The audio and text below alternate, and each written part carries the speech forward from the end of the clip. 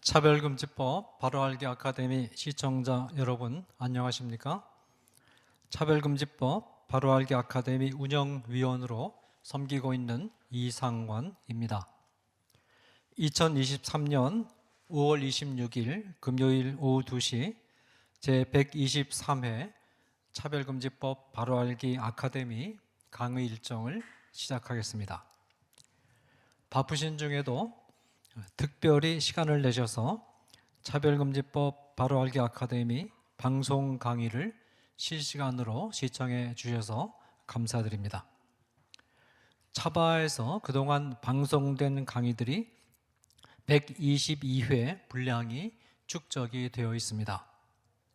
이 강의들은 차별금지법의 폐해와 실상을 알리고 차별금지법의 이념적 배경을 구성하고 있는 성혁명 사상과 젠더 이데올로기를 분석하고 비판하는 내용이 주류를 형성하고 있습니다. 그러나 차별금지법은 단지 성혁명 사상과 젠더 이데올로기의 문제만 있는 것이 아니고 기독교의 유일성을 담은 전도와 설교를 범죄 행위로 규정할 수 있는 소지를 안고 있고 특정한 정치 사상에 대한 표현의 자유를 제어하는 그런 독소 조항도 그렇게 해석될 수 있는 여지도 아울러 안고 있습니다.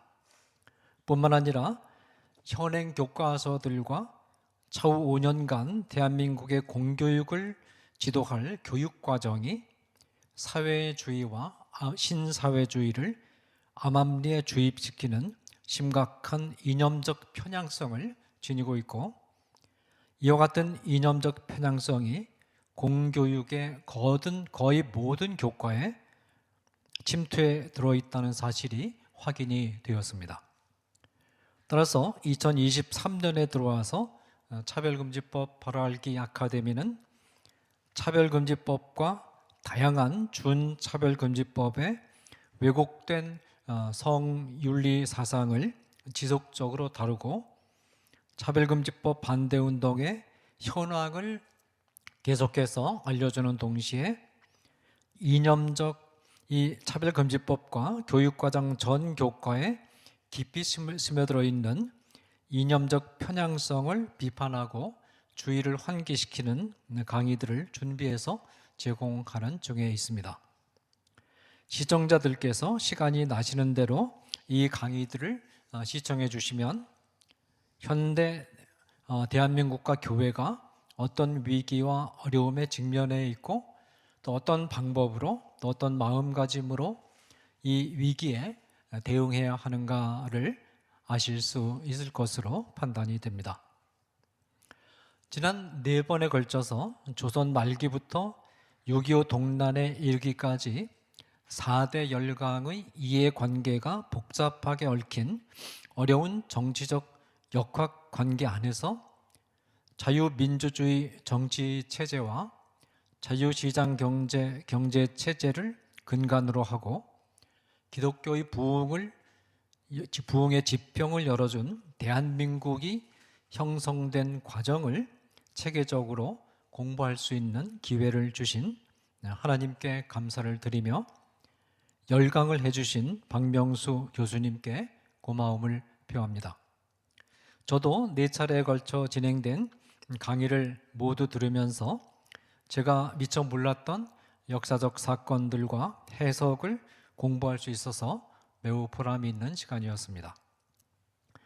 안타깝게도 지난 4번에 걸쳐서 진행된 바와 같은 한국 현대 정치 경제사에 대한 바른 해석이 우리나라 청소년들과 한국 국민들에게 전달되지 않고 있고 이념적으로 왜곡된 거짓된 역사 해석만이 전수되어 오고 있습니다.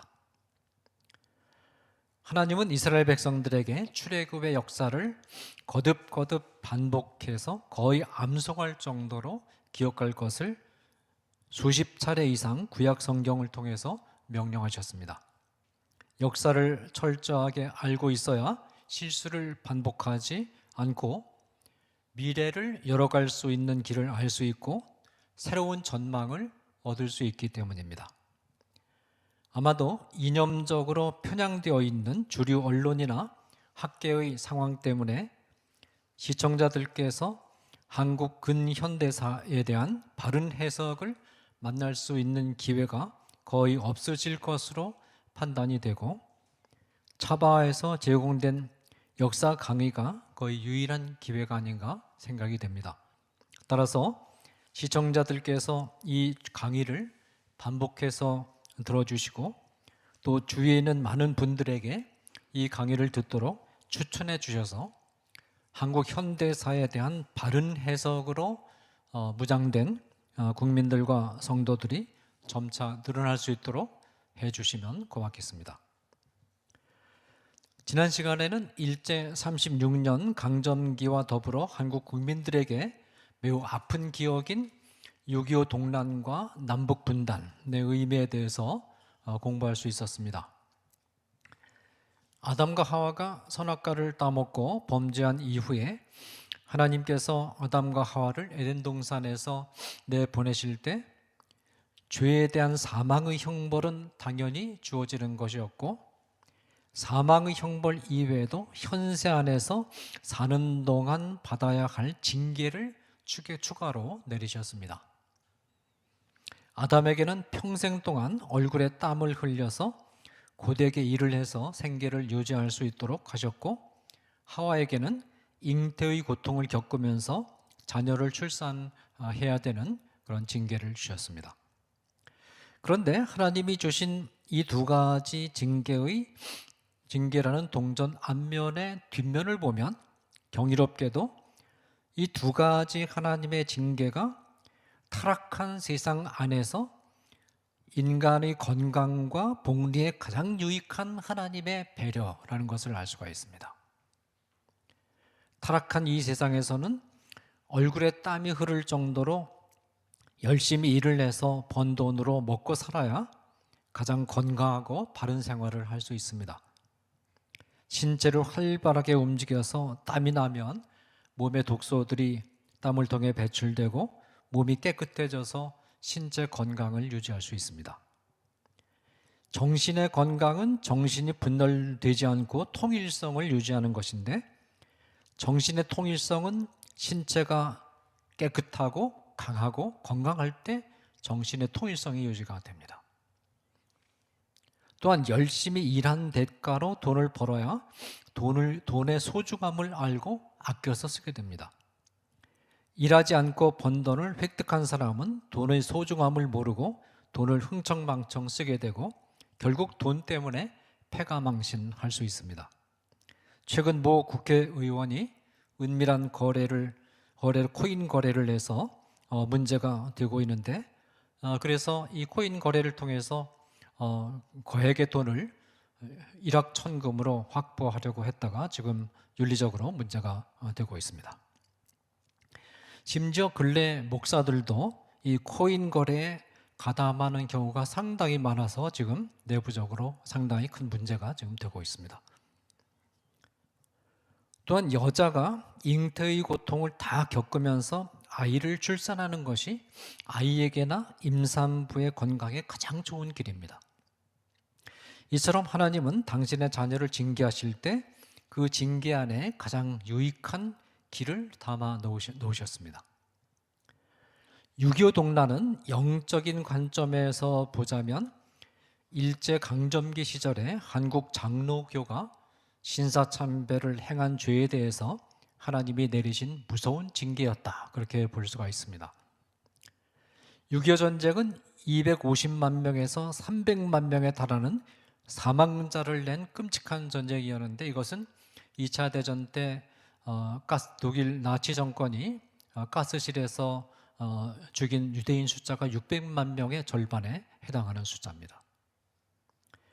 이 정도의 사망자가 발생한 사건은 하나님의 특별한 섭리로서밖에는 설명할 수가 없습니다.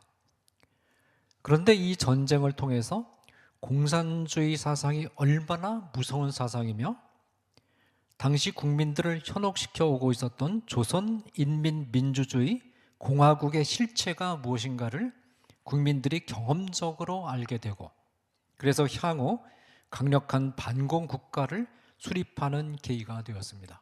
만일 전후에 반공 국가가 형성이 안 됐다면 남한의 기독교가 절대로 부흥할 수가 없습니다. 또한 6.25 전쟁이 끝난 후에 남북 분단선이 그어지면서 한민족이 남북으로 나누어지는 비극을 맞이했으나 이 남북 분단선이 중국과 소련의 강력한 공산주의 사상과 독재 체제가 한반도 전체를 집어삼키는 것을 차단해서 반세기가 넘는 기간 동안 남한의, 적어도 아시아에서는 가장 선진화된 자유민주주의 정치 체제와 자유시장 경제 체제, 그리고 기독교 교회가 정착되는 여건을 마련해 주었습니다. 한민족에게 있어서 가장 큰 아픔이자 하나님의 징계였던 6.25 전쟁 안에 경이롭게도 한국의 기독교인들을 배려하시는 하나님의 은혜가 담겨 있었던 것입니다. 또 이 모든 일이 가능했던 배경에는 대한민국 군대가 낙동강 전선에까지 밀려 내려와서 온 국토가 공산주의에 장악되기 직전에 풍전등화와 같은 위기 상황에 있었을 때 부산에 있었던 이 목사들의 철저한 신사참배 회개 집회, 한 2, 3개월간에 걸쳐서 진행된 회개 집회가 있었다라는 사실을 우리가 기억해야 될 것입니다.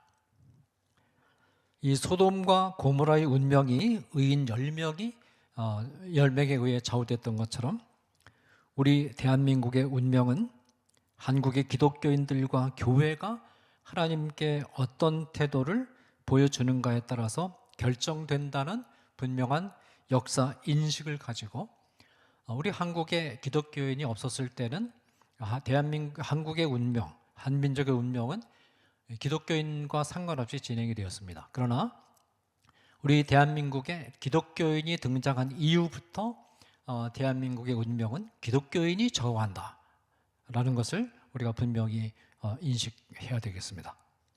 이런 분명한 역사 인식을 가지고 오늘 대한민국의 현실이 우리에게 어떤 기도와 어떤 대응과 어떤 실천을 요구하고 있는가를 분별해서 이 소명을 충실하게 수행하는 성도들이 되어야 되겠습니다. 6.25 동란이 끝난 지 70년이 되어 가면서 6.25 동란을 통해서 명확하게 드러난 공산주의 정권의 냉혹함을 체험하지 못하고 막시즘과 신마르크스주의에 대한 안일하고 낭만적인 호의를 가진 새로운 세대가 등장하면서 대한민국에 다시 위기 상황이 지금 조성되고 있습니다. 이와 같은 시국에 우리 성도들이 다시 한번 마음을 새롭게 해서 하나님의 복음을 바르게 선포하고 하나님의 말씀대로 바르게 살기를 힘쓰며 하나님의 창조 질서와 도덕 규범을 붕괴시키고자 애를 쓰는 이념적인 집단에 대해서 단호하게 맞서서 싸우는 헌신에 힘써야 되겠습니다. 현행 교과서와 2022 개정 교육 과정에 드러난 또 하나의 심각한 문제들 가운데 하나는 한국 사회의 형성과 발전에 주도적인 역할을 담당해온 기독교에 대한 서술을 거의 뭉개버리고 과도하게 이슬람 편향적으로 교과서가 기술되어 있고 그 방향으로 가르치도록 편성되어 있다는 점입니다. 이슬람이 침투해 들어오는 곳에는 교회가 무너지고 종교적 독재 체제가 들어서기 때문에 경계의 대상이 되기도 하지만 또한 기독교인들의 입장에서는 이슬람 교도들도 사랑으로 하나님께 돌아오도록 전도의 대상이기도 하기 때문에 이슬람에 대해서 바르게 이해하는 것이 매우 필요합니다.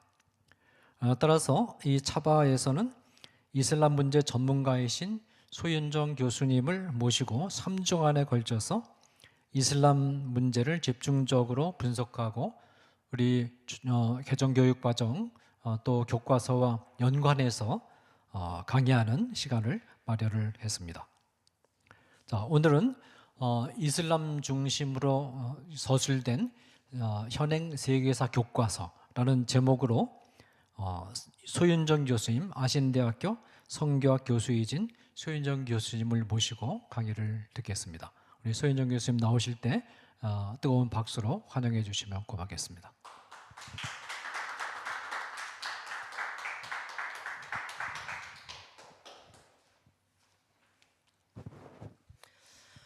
네, 안녕하십니까. 오늘부터 3주 동안에 그 세계사 교과서 문제점들에 대해서 같이 한번 살펴보기를 원합니다. 먼저 우리 기도하시고 오늘 강의를 시작하도록 하겠습니다. 사랑이 많으신 하나님 아버지 감사를 드립니다.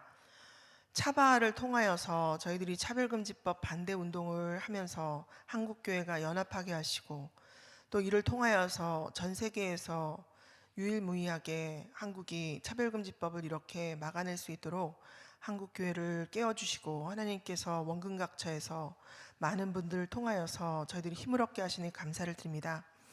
아버지 하나님, 오늘 우리가 한국사의 문제에 이어서 이제 세계사 교과서의 기독교 정말 말살적인 그런 내용들로 이슬람 편향적으로 이슬람 중심적으로 기술되어 있는 세계사 교과서에 대해서 3주간 저희들이 살펴보기를 원합니다. 이는 그 어느 때보다도 한국교회가 다음 세대 복음화가 중요한 때에 이제 한국교회의 허리를 끊어내고 뿌리를 끊어내는 이슬람의 악한 또 여러 가지 전략들에 있어서 한국 사회가 이렇게 무방비 상태에서 되어지는 상황들을 저희가 목도할 수 없기 때문에 이렇게 저희들이 강의를 통해서 또 함께 고민하고자 하는 것입니다. 주님께서 한국교회를 차바를 통하여서 깨워주셔서 저희들이 한국교회가 각 교단이 다르고 교파가 다르지만 주님의 복음을 능력 있게 증거하며 또 주님의 진리를 수호하는 데 있어서 한 마음과 한 뜻으로 연합할 수 있도록 주님께서 역사하여 주시기를 간절히 기도하고 나옵나이다.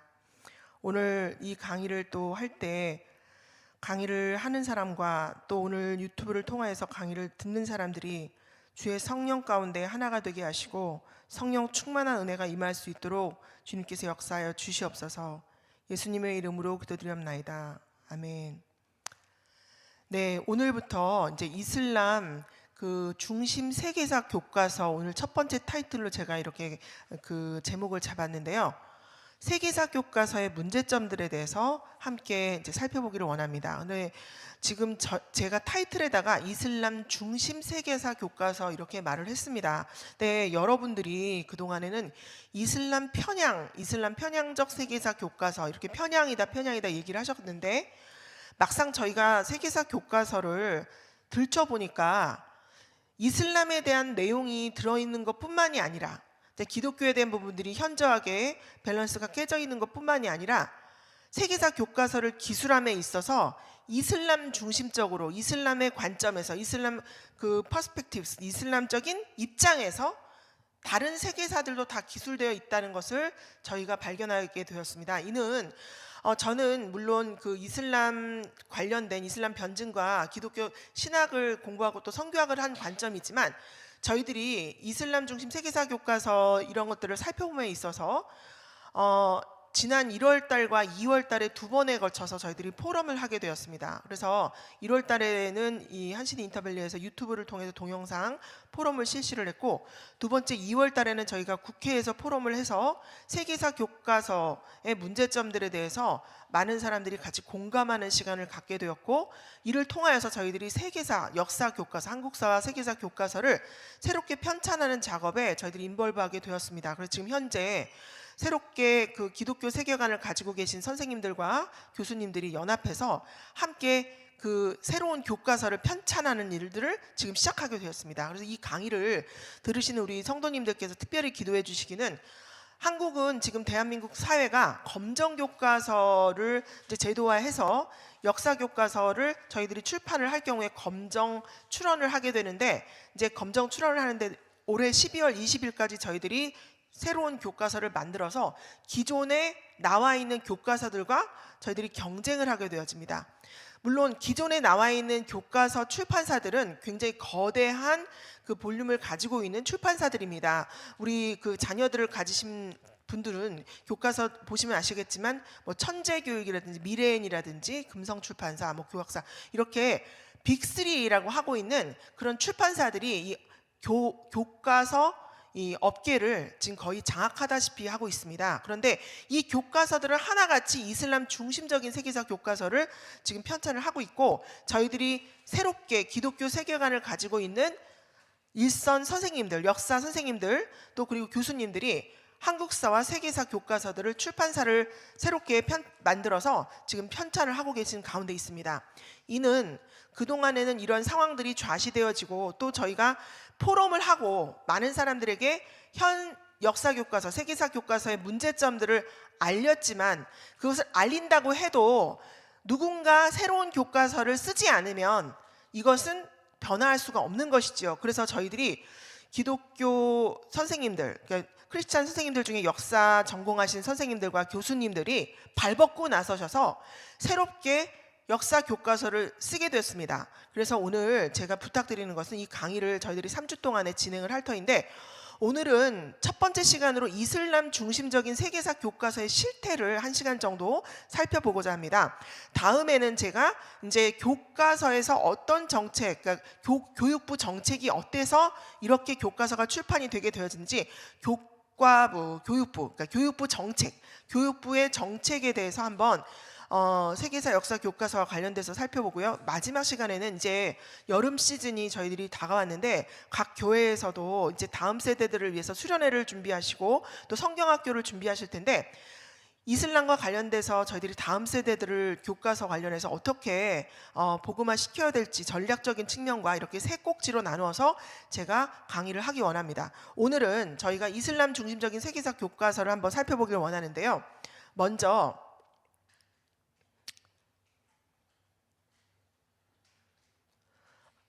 여러분들이 다 아시겠지만, 혹시 저에 대해서 잠깐 소개하자면, 저는 아신대학교 선교대학원에서 아랍 지역 과학을 전공생들을 가르치고 있는 교수이고요. 한국복음주의 선교신학회에서 발간하고 있는 복음과 선교라는 학술지가 있습니다. 거기 편집위원장으로 지금 섬기고 있고, 또 월드뷰 편집위원으로 제가 봉사하고 있습니다. 오늘 여러분들과 함께 이렇게 귀한 시간을 갖게 해주셔서 너무나 감사드리고, 오늘 이 시간을 통해서 여러분들이 세계사 교과서의 문제점들에 대해서 정확히 인지하시고, 주위에 있는 많은 교우님들에게 이 세계사 교과서 편찬 문제를 또 같이 기도할 수 있는 그런 시간이 되었으면 좋겠습니다. 먼저 이건 CTS 뉴스 보도가 이제 여러 차례 되었습니다. 사실은 이 사건이 이슬람 편향이다, 지금 저는 이슬람 중심 세계사 교과서다가 아예 이렇게 얘기를 했지만, 이슬람 편향 교과서에 대한 부분들이 2018년부터 CTS를 통해서 여러 차례 보도가 된 바가 있고, CTS뿐만이 아니라 구TV나 C채널을 통해서도 이런 기독교 언론사에서 여러 차례 방송을 하고, 또 심지어 2015년부터 이런 그 이슬람 편향적이고 기독교를 말살하고 기독교와 그 내용이 밸런스가 맞지 않는 교과서 부분들에 대해서 교육부에 질의를 하고 여러 가지 운동을 해오신 분들이 있었습니다. 이 사건이 그렇기 때문에 기독교인들이 그냥 수수방관했던 것들이 아니라 그동안 많은 이슈들을 했고, 그동안 우리 목소리를 많이 냈다는 것이죠. 그런데 제가 서두에도 말씀드렸지만, 우리가 이런 포럼을 하고 유튜브 강의를 하고 이렇게 하는 것보다 또 더 중요한 것은, 대안책으로 그럼 기독교적인 입장에서 기독교 세계관을 가지고 있고, 또 기독교 세계관을 교육할 수 있는 선생님들이 많이 나오셔야 되겠고, 또 그런 선생님들이 건전한 교과서를 통해서, 모든 종교가 우리가 기독교 교과서를 만들자는 것이 아닙니다. 우리가 무슨 기독교 중심적인 교과서를 만들고 기독교 편향적인 교과서를 만든다는 게 아니라, 대한민국의 학생들이, 다음 세대들이 모든 종교에 있어서 객관적인 시각을 가질 수 있는, 말 그대로 이것은 교육 현장에서, 공교육 현장에서 일어나는 것이기 때문에 학생들이 전체적인 숲을 보고 세계관을 가질 수 있는 그런 교과서가 만들어져야 하겠다.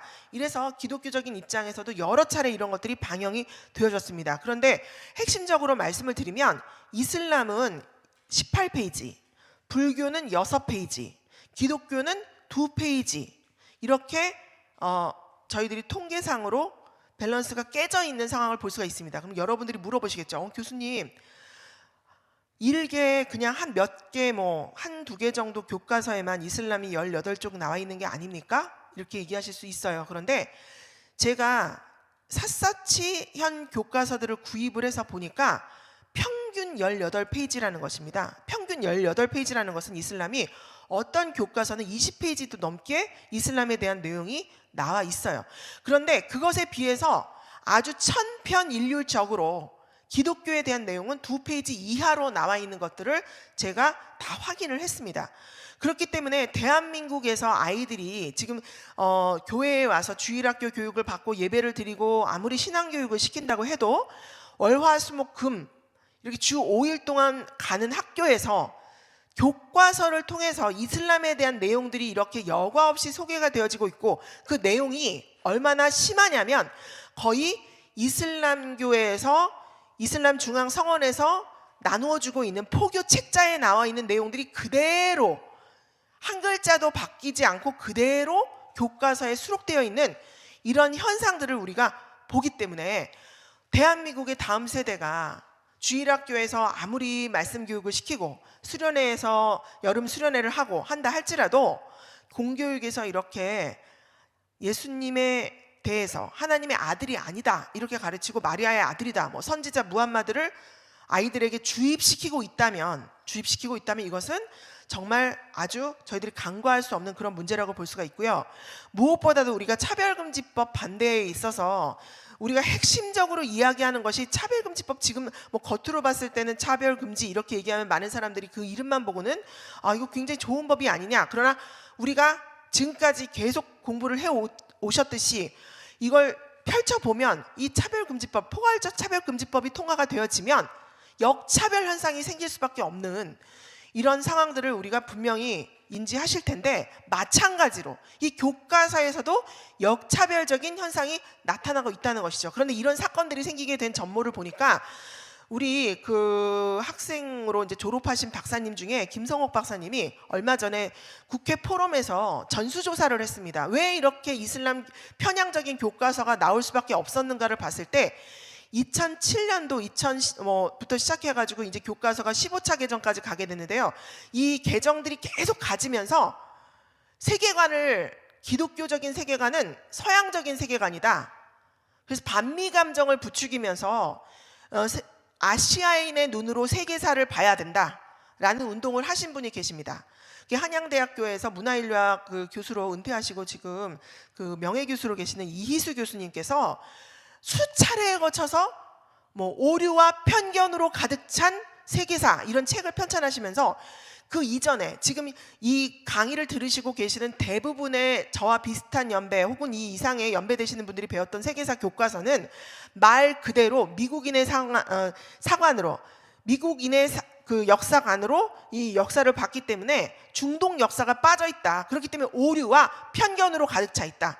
기존에 저희가 배우고 있었던 세계사 교과서가 오류와 편견으로 가득 차 있기 때문에 아시아인의 눈으로 세계사를 바라봐야 된다. 그래서 오류와 편견으로 가득 찼다는 이름으로 세계사를 편찬하기 시작하셨어요. 그래서 실질적으로 편집위원으로 들어가시고 감수위원으로 들어가시면서 세계사 교과서를 바꾸셨는데, 문제는 그분이 이야기하신 오류와 편견으로 가득 찬 세계사라고 기존에 저희가 배웠던, 예전에 우리가 배웠던 세계사를 바꾸셨는데 역차별적인 현상이 나타났다는 것이죠.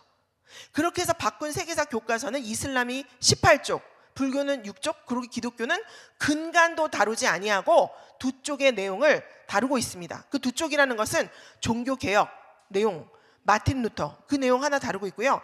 또한 기독교가 두 쪽이라고 하지만 이것은 개신교만을 다루는 것이 아니에요. 우리 학생들이, 교회를 다니는 학생들이 이 교과서를 보면 기독교가 어딨지? 하고 생각할 정도로 기독교라는 단어를 아예 사용하지 않고 있습니다. 크리스트교라는 듣도 보지도 못한 그런 아이들에게도 굉장히 생소한 단어인 크리스트교라는 이름으로 2페이지이 다루어지고 있어요. 그러니까 결과적으로는 이희수 교수님이 오류와 편견으로 가득 찬 세계사 교과서이기 때문에 서구인의 시각으로 쓰여진 세계사 교과서는 잘못됐다. 아시아인의 눈으로 세계사 교과서 교육시켜야 한다라고 해서 수십 년 동안 편집을 해서 만든 교과서가 결국은 이슬람 편향적인 교과서가 되어져서 이제는 기독교 세계관은 마치 서양인의 세계관인 것처럼 치부되면서 아예 아이들에게 교육을 하지 않고 있는 이런 역차별적인 상황이 생긴 것입니다.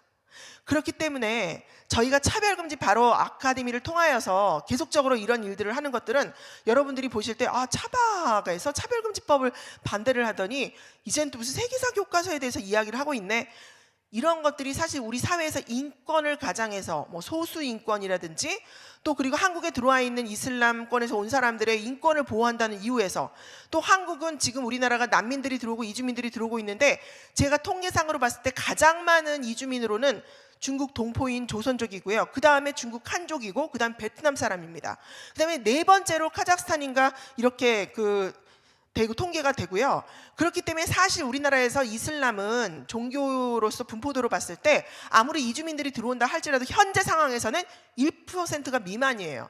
1% 미만인 이슬람들을 배려하기 위해서 이렇게 이슬람 편향적인 교과서를 만들고 아이들에게 이슬람을 알아야 한다. 이슬람을 알아야지만이 대한민국에 발전이 있다는 식의 이런 교과서를 기술을 하고 있다는 것입니다.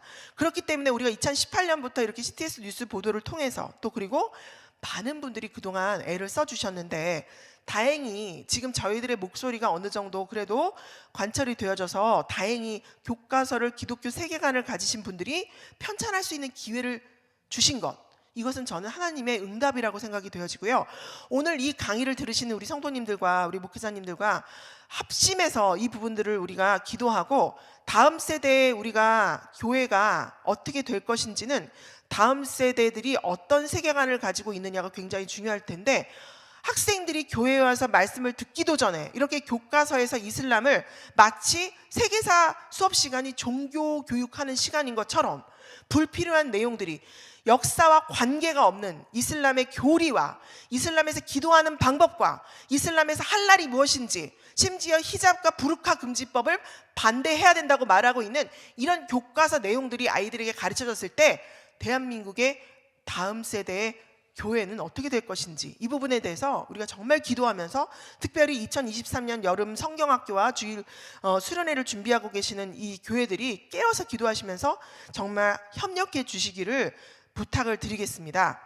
자, 다음으로는 잠시 제가 여러분들에게 2018년 11월 28일에 그러면 CTS 뉴스 보도가 여러 차례가 나갔는데 그 중에서도 특별히 11월 28일에 이 된 내용을 통해서 얼마나 심각한 상황인지 우리 한번 잠깐 한 3분 정도 보시기를 원합니다. 영상 틀어주시기 바랍니다.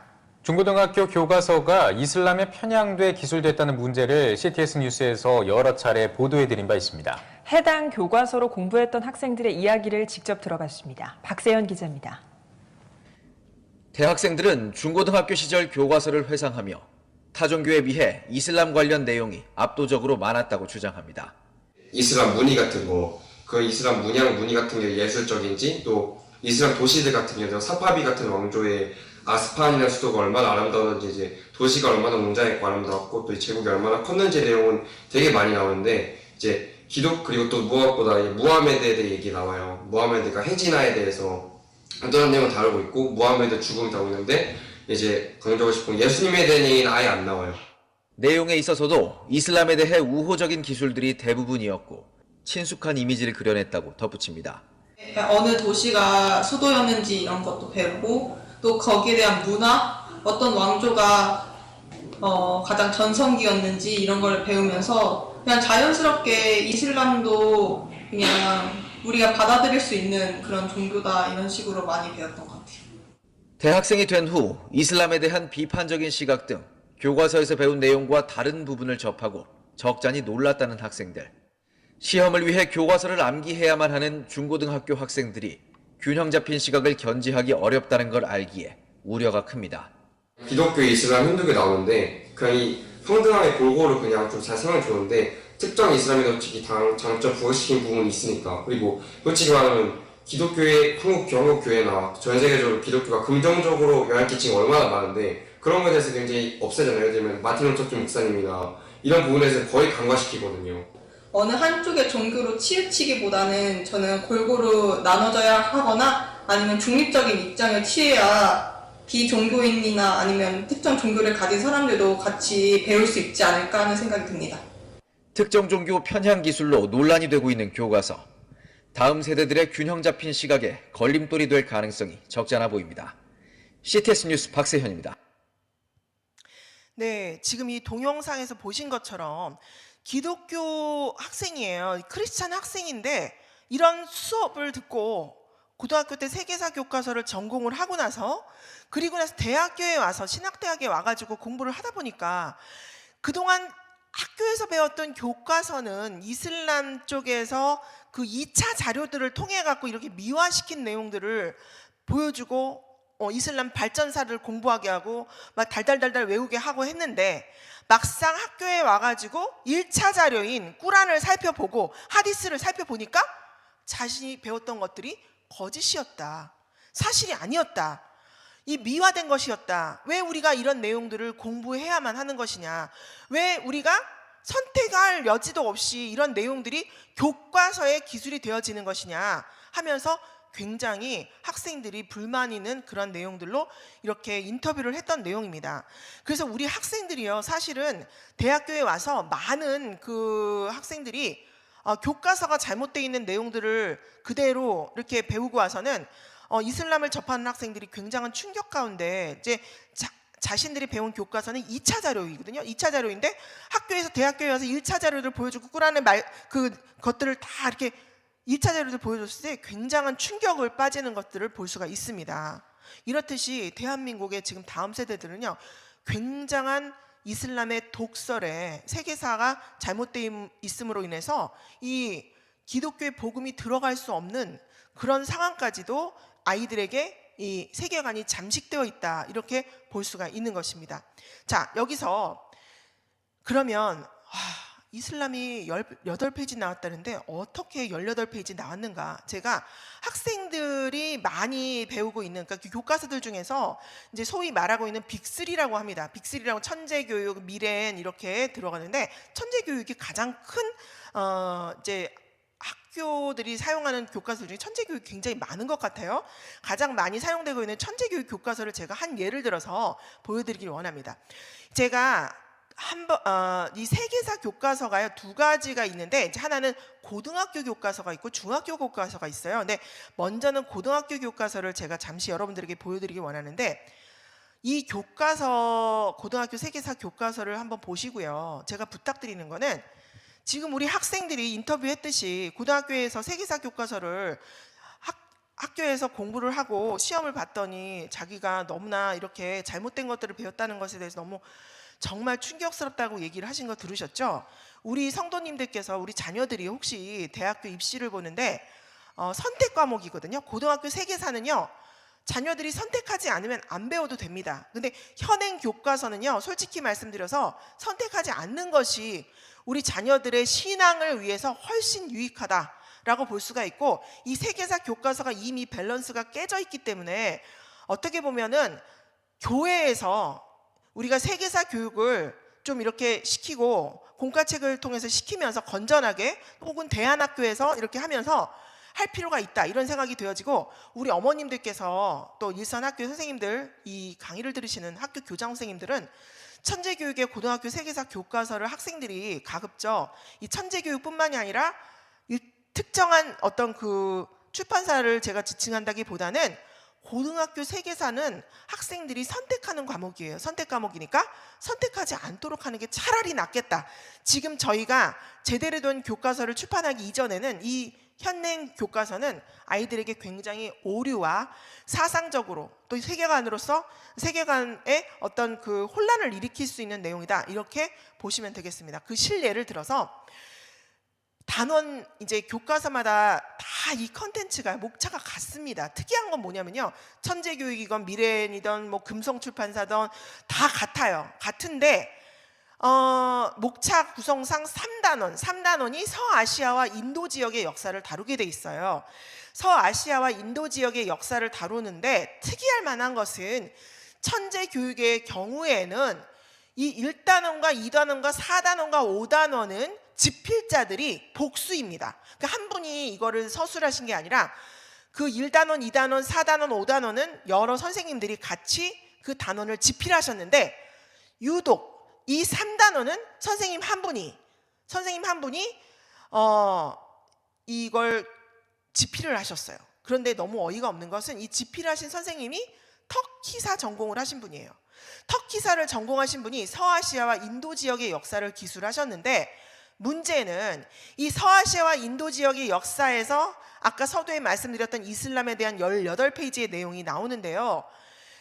가관인 것이, 자, 우리가 서아시아라고 했을 때는요, 중동의 그 지역들과 이 사하라 사막 쪽에 있는 아프리카 지역을 포함해서 우리가 서아시아라고 우리가 이야기합니다. 근데 서아시아에는 분명히 어느 나라가 포함되어 있냐면 이스라엘이 포함되어 있어요. 근데 이스라엘이 왜 지정학적으로 중요하냐면, 역사적으로도 이 이스라엘이 없이는, 이스라엘에서 먼저 유대교가 나왔고, 유대교 다음에 여러분들이 아시다시피 기독교가 나왔고, 그 다음에 역사적으로 기독교 이후에 610년에 무함마드가 계시를 받았다고 하잖아요.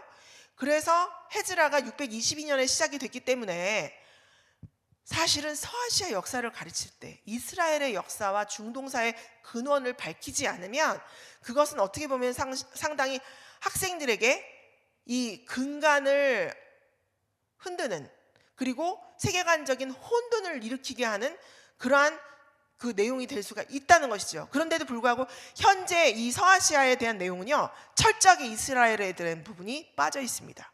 또 그리고 종교에 있어서도 유대교에 대한 부분이 빠져 있습니다. 그리고 아이러니한 것은 기독교의 발상지도 서아시아이죠. 그런데 아까 제가 이야기한 크리스트교라고 해서 2페이지 썼다고 그랬어요. 크리스트교. 이 크리스트교라고 해서 쓴 2페이지의 내용이 어디에 나와 있냐면요, 3단원이 아닌 4단원에 나와 있다는 거예요. 유럽의 역사에. 기독교가 유럽에서 발생한 것이 아니잖아요. 발상지가 중동이죠. 분명히 이스라엘입니다. 그런데도 불구하고 서아시아 역사에서 기독교 내용과 어떤 유대교 내용은 다 빠져 있고 이슬람에 대한 내용만 다루고 있다. 뿐만이 아니라 인도 지역의 역사를 기술하는데, 자, 인도 그러면 우리가 어떤 종교적인 걸 생각하실 수 있을까요? 힌두교와 불교를 우리 아이들에게 가르쳐야 하겠죠. 우리가 기독교 교과서를 만드는 게 아니고 우리는 세계관을 교육하는 공교육 현장에서의 세계사 교과서를 지금 이야기하고 있습니다. 그럼 학생들에게 이 전체적인 세계관을 보여주고 역사관을 보여주려면 불교 역사, 힌두교 역사 가르쳐야 합니다. 그런데 아이러니하게도 현행 교과서에서 인도 지역의 역사는요, 힌두교와 불교 내용이 거의 빠져 있고요. 어떻게 이 불교 국가가 이슬람을 받아들였는지가 쓰여 있다는 것이죠. 모든 그 내용들을 다 안 쓰고 인도가 어떻게 이슬람을 받아들였는지 그 내용들만, 뭐 타지마할이라든지 이런 내용들만 부각시켜서 쓰고 있다는 것입니다. 그렇기 때문에 이 세계사 교과서로 아이들이 교육을 받았을 때는요, 제가 아까 서두에 말씀드린 것처럼 그동안에는 매스미디어에서 이슬람 평양 교과서, 이슬람 평양 교과서, 이슬람 평양 세계사 교과서 이렇게 얘기했지만 저는 사실은 이슬람 평양이라고 생각하지 않고 이슬람 중심 세계사 교과서라고 생각을 하는 것입니다. 왜냐하면 지금 이 서아시아와 인도 역사를 기술하는 데 보시면 이슬람 편향은, 예를 들면 이슬람을 더 많이 썼을 때 그냥 이슬람 편향이라고 이야기를 할 수 있겠죠. 그런데 그것을 넘어서 지금 인도 역사도, 인도 역사에 있어서도 이슬람 중심적인 세계관을 가지고서 그렇게 이슬람이 어떻게 인도에 들어가서 인도가 이슬람을 받아들였는지 이런 내용들을 기술했기 때문에 제가 이슬람 중심이라고 말을 하고 있는 것입니다. 그렇기 때문에 현행 교과서는요, 어떻게 보면 대한민국이 이슬람 국가가 아님에도 불구하고 마치 이슬람 국가의 학생들을 세계사 교육하듯이 이슬람 국가에서나 있을 법한 내용으로 세계사 교과서가 구성이 되어 있다고 볼 수가 있습니다. 제가 왜 이렇게 단언해서 말씀드릴 수 있냐면, 사실은 이제 이 고등학교 세계사 교과서 부분을 넘어서 제가 조금 이따 중학교 교과서를 말씀을 드리겠는데, 중학교 교과서는 더 가관입니다. 여러분, 중학교 교과서는요, 중학교 세계사 교과서는 선택이 아니에요. 선택이 아니고 필수인데도 불구하고 아이들에게 이슬람 중심적인 교육을 했는데, 그 증거로 종교 부분에 있어서만 이슬람을 이야기한 게 아니에요. 종교 파트에 대해서만 이슬람을 이야기하고 있는 게 아니라 세계 무역을 가르치고 세계 정치를 가르치고 하는 파트에 있어서도 그 내용들이 다른 국가에 대한 이야기들이 안 써 있고 다 이슬람 국가 중심의 내용들로 기술이 되어 있습니다. 그래서 제가 중학교 교과서는 다 통계를 내보니까요. 이슬람에 대한 내용이 18페이지가 아니고 26페이지가 나오더라고요. 그렇기 때문에 현행 세계사 교과서는 중학교와 세계사 교과서를 전체 봤을 때 대한민국이 이슬람 국가가 아님에도 불구하고 이슬람 국가에서나 쓰일 수 있다고 볼 수 있는 그런 내용으로 구성된 세계사 교과서로 아이들이 교육을 받고 있는 것입니다. 지금 우리나라 아이들은 이슬람 국가 아이들이 아님에도 불구하고 다른 종교에 대해서도 전혀 가르치지 아니하고 그런 모든 세계관에 대한 관점이 이슬람 관점에서 기술되어 있다, 이렇게 볼 수가 있는 것입니다. 자, 그래서 객관성이 1, 2, 3, 4 단원을 보면 내용만에서 객관성이 결여되어 있음을 명확히 우리가 봤고요. 제가 말씀드린 것처럼 그 3단원에 있어서 집필자가 터키 역사를 전공하신 분이 인도 역사를 혼자서 쓰신 것은, 이것은 아이들에게 정말 양질의 교육을 받아야 하고 받아야만 하는 그런 권리가 있는, 교육의 권리가 있는, 받아야 하는 아이들의 권리를 박탈한 그런 상황이라고 볼 수가 있고요. 그래서 이 서아시아와 인도 지역의 역사 교육을 빙자해서 친이슬람 교육을 시켰다, 이렇게 볼 수가 있겠습니다. 자, 지금 여기 보시는 것처럼 천재교육 고등학교 세계사 교과서의 4단원에 기독교 관련 내용이 2페이지가 나와요.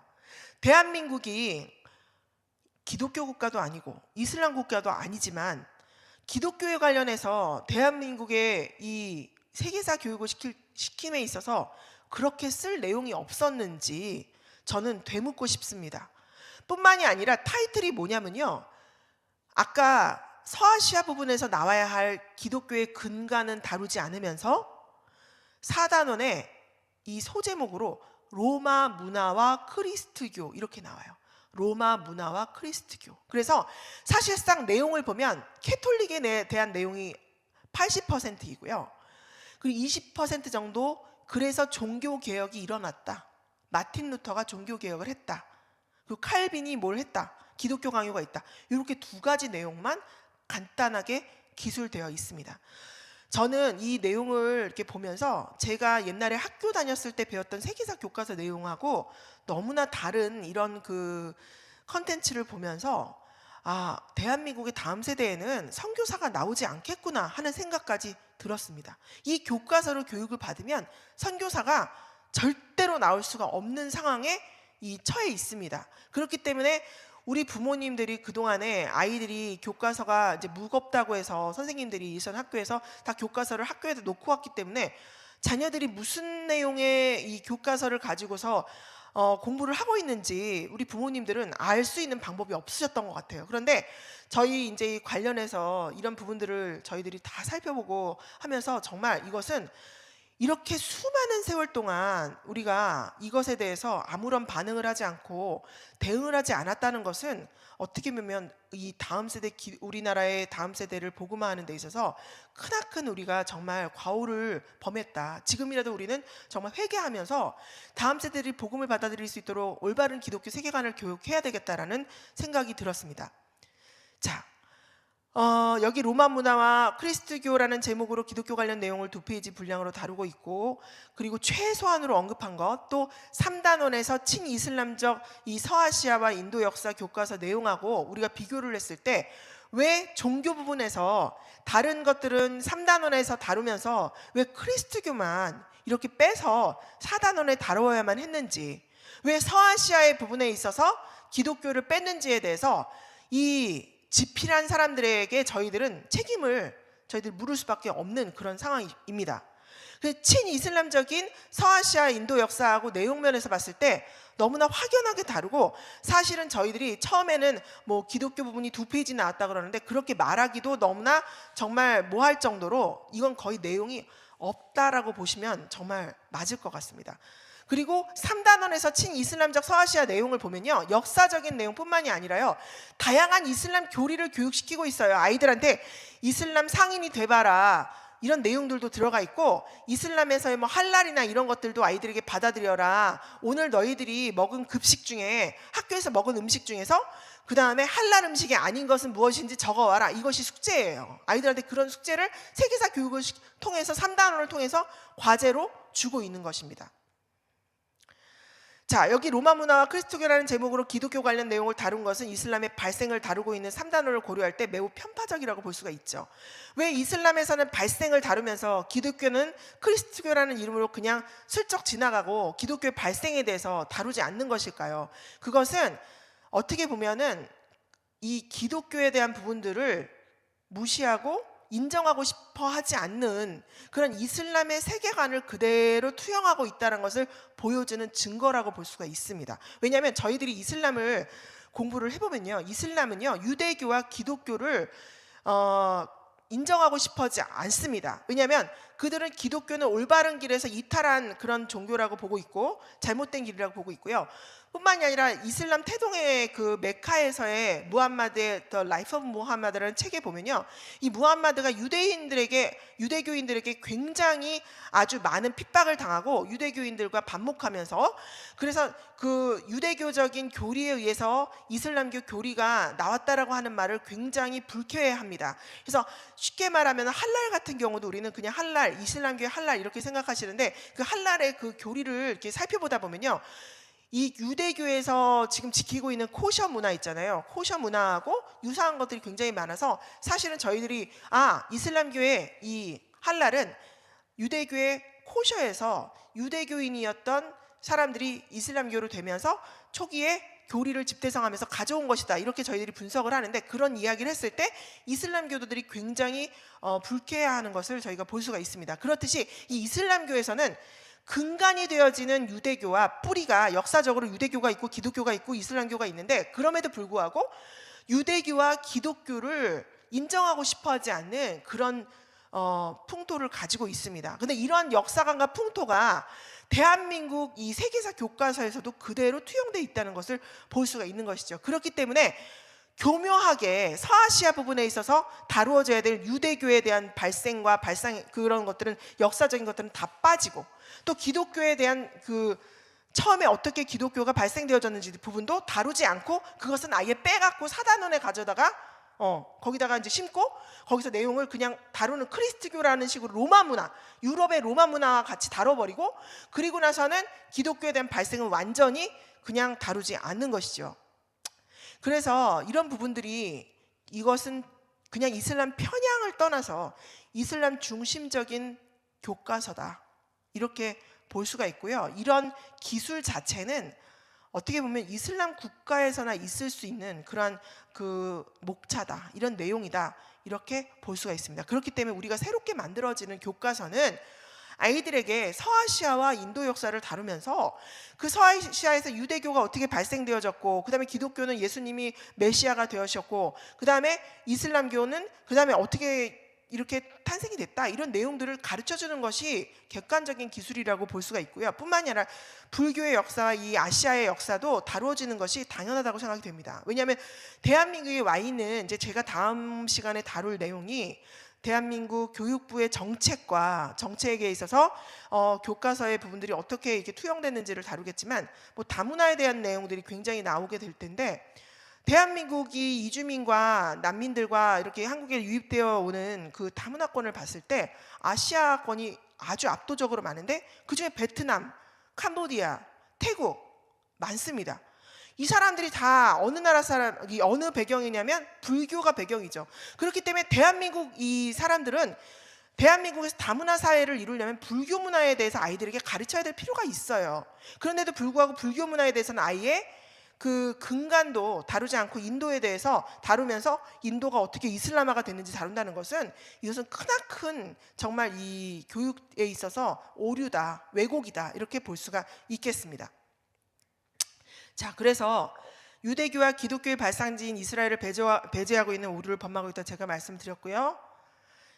이스라엘은 지정학적으로 중동에 위치하고 있으며 유대교와 기독교의 발상지라는 것, 그 내용도 제가 금방 말씀을 드렸습니다. 그래서 이슬람 중심적 기술이라는 증거다. 제가 이슬람 편향을 넘어서 이건 이슬람 중심적인 기술의 교과서다, 이렇게 말씀드리는 것입니다. 자, 문화의 다양성과 다문화 지향적인 교육을 목표로 하고 있는 세계사 교과서.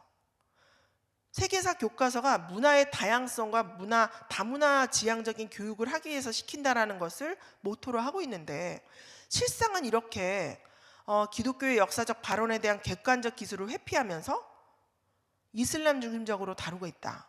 이것은 저희가 차별금지법 제정 반대에 있어서도 역차별적인 그런 현상에 대해서 계속 이야기하고 있는 것처럼 이미 대한민국의 세계사 역사 교과서는 역차별적 현상이 지금 이루어져서 아이들에게 교육이 되어지고 있다라고 볼 수가 있습니다. 사실 어떻게 보면은 이런 사실들이 기독교인들이나 불교도인들이나 다른 사람들이 묵과하고 있기 때문이지, 사실은 그들을 배려하기 위해서 수많은 학생들과 수많은 종교인들이 역차별적으로 저희들의 인권을 탄압당하고 있다. 또 아까 영상에서도 보셨듯이 대한민국의 많은 학생들이 공교육 현장에서 객관적인 세계사 교육을 받아야만 하는 그러한 교육의 그 권리가 지금 기만당하고 있다, 이렇게 볼 수가 있는 것입니다. 자, 인도 역사에서 불교 역사를 다루는 데 있어서 힌두교와 이슬람교의 공존이라는 소제목으로 다루고 있어요. 그 제목 자체가 힌두교와 이슬람교의 공존, 친이슬람적이고 이슬람 편향적으로 역사를 기술하고 있다. 무슬림의 입장에서 역사를 기술하고 있기 때문에 역사적으로 반목과 갈등의 대상인 유대교와 기독교를 일부러 뺀 것이죠. 왜냐하면 역사적으로 이 이슬람교는 유대교하고도 반목과 갈등의 상황이고, 지금 정치적으로도 보시면 알겠지만 이슬람 국가들로 둘러싸여 있는 이스라엘이 지금 어떻게 보면은 대한민국 입장에서는, 제가 이 세계관 교육이 굉장히 중요하고 역사 교육이 중요하다고 생각하는 이유 중에 또 한 가지가 있는데, 사실은 제가 이슬람에 대해서 이렇게 살펴보고 그 외교적인 것들이나 어떤 현상들을 이렇게 목도하면서 연구를 하면 할수록 느끼는 것이요, 대한민국은요, 이 중동의 역사와 정치와 외교와 뗄래야 뗄 수 없는 그런 상황 속에 놓여 있습니다. 왜냐하면 아이러니하게도요, 우리나라가 지금 남북이 이렇게 분단되어져 있는 상황이잖아요. 그런데 북한의 정책, 남북, 그러니까 저희들이 대북 정책과 북한의 어떤 그 흐름이 이슬람하고 긴밀하게 이렇게 연결되어 있는 것들을 저희들이 발견을 합니다. 예를 들면 이슬람 중에서도 강경국, 그러니까 우리가 소위 원리주의 국가라고 이렇게 분류하고 있는 국가들하고 그 북한은 같이 군사 훈련을 합니다. 그렇기 때문에 그곳에서 어떤 그 이슈들이 생겨질 때 이스라엘에서도 뭐 팔레스타인들하고 같이 이렇게 살면서 이스라엘이 계속 어려움들이 있잖아요. 갈등이 있고 테러가 있잖아요. 근데 그런 현상들이 그냥 그 이스라엘 땅에서 그치는 것이 아니라 나비 현상에 의해서 결국은 북한에 영향을 끼치게 되고 또 한국도 관계가 있다. 이런 결과를 제가 이렇게 보고 있습니다. 그런데 제가 왜 이 이스라엘에 대한 부분들에 대해서 한국에서 아이들에게 가르치지 않는지, 이것은 어떻게 보면은 앞선 우리 강의에서 박명수 교수님이 계속 언급하고 계신 내용 중인데, 작용화되어지고 굉장히 반미감정적인 이 역사 교육이 세계사 교육에서도 그렇게 투영되고 있고, 그렇기 때문에 아주 교묘하게 이스라엘에 대한 내용들이 빠져 있는 것이죠. 그런데 사실은 대한민국은요, 이스라엘과 수교하고 있는 국가이고요, 이스라엘과 긴밀한 외교 관계를 하고 있는 국가이기도 합니다. 물론 우리나라가 지금 세계사 교육에 있어서 많은 사람들이 이 중동학이나 이슬람학 전공하신 분들은 뭐라고 얘기하시냐면, 우리가 이슬람을 모르면 외교할 수 없고 대한민국의 경제 발전을 위해서도 이제 이슬람 국가들과 교류를 해야 되기 때문에 이슬람을 알아야 한다, 이슬람을 교육해야 된다, 일면 저도 인정을 합니다. 그런데 그렇다고 해서 이슬람을 알아야 하는 것과 이슬람 중심적으로 교육하는 것은 굉장히 첨예하게 다른 차원인 것이지요. 그런데 대한민국이 이스라엘에 대한 부분들을 그럼 아이들에게 가르치지 않는다, 이것은 역차별적인 현상이라고 저는 생각을 하는 것입니다. 그래서 물론 대한민국이 이슬람 국가인 뭐 아랍에미레이트와 요르단과 뭐 이런 국가들과도 수교를 하고 뭐 이렇게 하지만, 무엇보다도 먼저 수교를 했던 이스라엘에 대한 이런 내용들을 제대로 가르치지 않는다면 앞으로 과연 이스라엘에 대한민국 사람들이 입국할 때도 지금처럼 이렇게 좋은 관계를 유지할 수 있을까, 이런 생각이 들어지고요. 또 우리 대한민국의 다음 세대들이 이스라엘을 보는 관점 자체도 굉장히 왜곡될 수 있다. 이렇게 저는 생각을 하는 것입니다. 자, 이제 중학교 교과서로 한번 넘어가 보겠습니다. 이게 이제 그 천재교육이에요. 중학교 교과서도 천재교육인데요. 중학교 교과서는 제가 앞서 서두에 말씀드렸지만요, 선택이 아니라 다 필수예요. 그래서 그 어느 때보다도 우리 교회에 계신 목사님들과 우리 성도님들이 우리 아이들이 중학교 교과서에서 뭘 배우는지를 보셔야 되는데, 중학교 교과서에서도 기독교 관련 기술이 딱 두 쪽밖에 나오지 않습니다. 지금 보시는 것처럼 종교개혁 부분이나, 그리고 크리스트교라고 해서 마찬가지로 여기도 대부분이 카톨릭적인 내용들이 많이 나오고요. 유럽의 그 역사를 가르치면서 똑같이, 고등학교하고 똑같이 기독교에 대한 내용이, 마틴 루터에 대한 내용밖에는 나오지 않는 것들 볼 수가 있어요. 이 오른쪽에 보면 종교개혁 부분이 나오는데 그 부분 외에는 기독교 관련 기술 내용이 없습니다.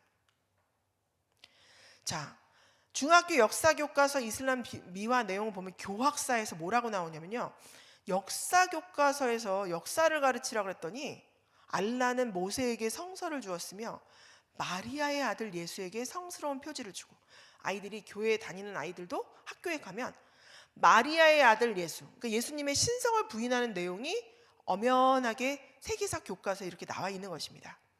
금성출판사에서는 이슬람교는 우상숭배와 다신교를 부정하고 인간은 평등함으로 알라에 귀의하면 누구나 구원을 얻을 수 있다 가르쳤다. 이렇게 하면서 교리적인 내용과 신앙적인 내용들이 번연하게 이렇게 교과서에 나오고 있는 것을 볼 수가 있습니다.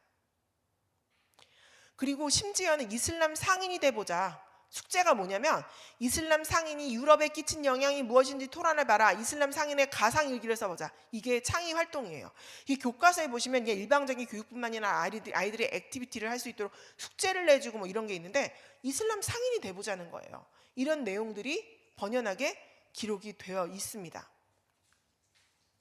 또 더 기가 찬 것은요, 히잡 착용 금지 반대 측 주장을 지금 하고 있어요. 제가 이 PPT뿐만이 아니라 이제 다른 그 자료를 찾아보니까요, 그냥 일반 다음이나 구글이나 이런 데서 부르카 금지, 유럽의 부르카 금지법 해갖고 치잖아요. 그러면 뭐가 뜨냐면, 현재 아이들이 부르카 금지법에 대해서, 여기 지금 강의 들으시는 분들도 부르카 금지법이 뭐야? 하고 처음 들으시는 분들이 있으실 거예요. 그 부르카 금지법이 뭐냐면 2012년도에 프랑스가 프랑스에서, 그러니까 그냥 부르카 금지법은 히잡 금지법이 아니에요. 그런데 지금 머리부터 발끝까지 검은색, 이제 우리는 부르카라고 안 하고 엄연히 따지면 그건 이제 니캅이라고 하거든요. 니캅은 뭐냐면 이제 무슬림 여성들이 눈은 내놓습니다. 이렇게 눈은 내놓고 머리부터 발까지 여기도 다 가리고 전신을 검은 베일로 가리는 그걸 니캅이라고 하는데, 그걸 니캅이라고 하지 않고 유럽에서 부르카라고 그냥 통칭을 하면서 이 공공장소에서 부르카 쓰는 것을 금지하는 법안을 2012년에 통과를 시켰습니다. 그 이유는 뭐냐면, 이 프랑스에 와서 사는 사람들이 다문화를 이렇게 그 사회를 구성해서 사는데, 예를 들면 부르카를 쓰고 사회생활을 한다고 무슨 일을 한다거나 아니면 대학교에서 공부를 하면서 실습실에 들어간다거나 이렇게 공공장소에서 쓰는 것은 상호 사람과 사람을 접하는 데 있어서 위화감을 조성할 수 있고, 나아가서는 그 부르카를 썼을 경우에는 아무도 터치할 수 없기 때문에 그 안에 솔직히 말해서 이 이슬람 테러리스트들이, 자살 폭탄 테러하는 사람들이 이 몸에다가 그 폭탄들을 이렇게 장착을 하는데, 장착을 하고 나서 검은 베일을 그렇게 쓰고 나면 누군지 모른다는 것이죠. 그러니까 이런 문제들 때문에 안보 문제와 또 다문화 사회에 있어서 서로 소통을 위해서 그거를 금지를 했어요. 그래서 회의를 이제 했는데 한 명을 제외하고는 다 찬성을 해가지고 통과가 된 사건이 있습니다. 근데 이게 프랑스에서 통과가 된 이후에요, 이슬람 그 부르카 금지법이 유럽의 전역에서 다 통과가 거의 됐어요. 지금 유럽은 공공장소에서 부르카를 쓸 수가 없습니다. 그런데 저희는 지금 대한민국에서는요, 이 법이 뭐 솔직히 말씀드려서 이런 법이 있는지도 절 관심이 없으신 것 같고, 또 대한민국은 지금 뭐 대구 모스크 사건으로 막 이렇게 들썩이면서 그거에만 지금 집중하고 계신데, 사실은 대한민국의 이 무슬림 여성들이 들어와 가지고 많이 거리에서 보여지고 뭐 마트에도 오고 공항에서도 많이 보여지는데, 대한민국은 이 부르카를 쉽게 말하면 머리부터 발끝까지 쓰는 그 히잡을, 그 니캅을 다 쓰고 돌아다녀요 지금요. 대한민국의 거리에 보시면 지하철 타고 다니시는 보면 이렇게 쓰고 다니는 거 보시는 경우가 굉장히 많아요. 저도 여러 차례 봤습니다. 그런데 대한민국은 이 법에 대해서 뭐라고 가르치냐면, 이 유럽이 부르카 금지법을 발의를 해서 시행을 하는 것은 무슬림들의 인권을 유린하는 그런 법이기 때문에 폐지돼야 된다 하면서 오히려 유럽이 아닌 무슬림 국가들의 입장을 들어서서 아이들한테 가르치고 있어요. 그 내용이 중학교 교과서에 들어가 있습니다. 우리나라가 이슬람 국가도 아닌데, 대한민국이 이슬람 국가도 아니고 우리 아이들이 무슬림도 아닌데, 수많은 유럽이 부르카 금지법을 통과시킨 데는 그만한 이유가 있는데, 유럽의 입장을 드는 것이 아니라 부르카 금지법을 통과시킨 것은 무슬림 여성들의 인권을 유린하는 것이기 때문에 문화 다양성이라는 이름을 들어서 부르카 금지법은 잘못된 법이다. 그렇기 때문에 무슬림들과 함께 부르카 금지법 반대 운동을 해야 된다. 이렇게 교과서에 아이들에게 가르쳐요. 정말 심각합니다. 최근 들어서요, 작년 말에 아시아에서 최초로 스리랑카는 불교 국가잖아요. 근데 불교 국가인데도 불구하고 부르카 금지법을 통과시켰대요. 그런데 대한민국은 아이들한테 역으로 부르카 금지법은 인권 유린이다, 문화 상대주의에 이것은 어긋난다고 시험에 나와요. 아이들 시험에 다음 중 문화 상대주의로서 맞는 것은 하면서 정답이 뭐냐면, 유럽이 지금 시행하고 있는 부르카 금지법은 문화 상대주의에 어긋나는 것이기 때문에 우리는 그것에 같이 저항해야 된다, 항의해야 된다. 이게 정답이에요. 아이들한테 항의해야 한다고 가르쳐요. 지금 대한민국이 지금 이렇게 하고 있습니다. 지금 어디로 가고 있는지 모르겠습니다. 대한민국이 이슬람 국가가 아닌데 왜 이슬람 국가 편에서 부르카 금지법을 반대하고 있는지 알 수가 없어요. 아이들한테 시험 문제에 그게 나와요. 그래서 여러분들이 왜 저희들이 역사교과서, 세계사교과서 하면서 이렇게 불찰주의와 기도하면서 교과서를 바꾸겠다고 하냐면, 교과서가 그냥 단순히 이슬람 내용이 많다? 이게 아니라 내용이 분량면에서뿐만이 아니라 이슬람 중심적인 내용으로, 우리나라가 이슬람 국가가 아닌데 이슬람 국가에서 기술한 듯한 이런 내용이 교과서에 전면적으로 다 있다. 엄청 심각한 상황이라는 것입니다. 두 번째 또 심각한 상황은요, 중학교 아이들에게 이슬람 원리주의 와하비즘을 가르친다는 것입니다. 제가 아까 말씀드린 것처럼요, 그 종교 부분에 대한 기술뿐만이 아니라요, 국민국가 건설이라는 부분이 4단원에 나와요. 제국주의의 침략과 국민국가 건설운동, 그래서 아이들에게 제국주의 침략, 근본주의다 막 이런 얘기 나오면서 민주화 운동에 대한 내용이 교과서에 나옵니다. 세계사 교과서에 민주화 운동이 나오는데, 중동 국가의 민주화 운동 하면서 국민국가 건설 운동 하면서 와하비즘을 교육해요. 와하브 운동. 이 와하비즘이라는 건 뭐냐면요, 사우디아라비아의 건국 이념이에요. 이 와하비즘은 말 그대로 610년에 무함마드가 계시를 받았어요. 622년에 헤즈라를 하고 이슬람력을 시작을 해서 꾸란이 이제 만들어졌어요. 그런데 이 꾸란은 고대 문헌이기 때문에 현 시대를 살고 있는 무슬림들이, 그 각 국가가 무프티라는 법 해석가들이 이 꾸란의 구절들과 하디스와 이런 것들을 가지고 샤리아법을 만들고, 그 샤리아법에 의해서 그 나라 국가법을 만들 때 해석을 어떻게 하느냐에 따라서 이슬람 원리주의 국가가 나오기도 하고 또 이슬람 온건파 국가가 나오기도 합니다. 그런데 사우디아라비아는 꾸란의 구절구절을 문자 그대로 해석해서 적용하는 것을 국가 이념으로 한다. 그래서 그것을 와하비즘이라고 하는데, 그 와하비즘을 근거로 하고 있는 국가가 사우디아라비아예요. 근데 이 와하비즘은 이제 그 이슬람 역사에 보면 이븐 따이미야라는 사람이 이제 해가지고 쭉 연결이 되어져서 와하비즘이 되어졌고, 이 와하비즘이 이집트에서 살라피 운동으로 변형이 되어집니다. 이제 이집트에서 살라피 운동이라는 것은 이집트가 서방 외교를 하면서 서방 국가들과 이제 그 교류를 하면서 수교를 하게 되는데, 그 수교한 것들에 반대를 하면서 살라피들이 무슬림 형제단으로 이제 그 이어지면서 서방 세계와 같이 이렇게 교류를 하고 근대화시키는 것은, 이건 이슬람 꾸란에서 나오고 있는 내용과 맞지 않는 타락한 것이다. 타락한 것이다.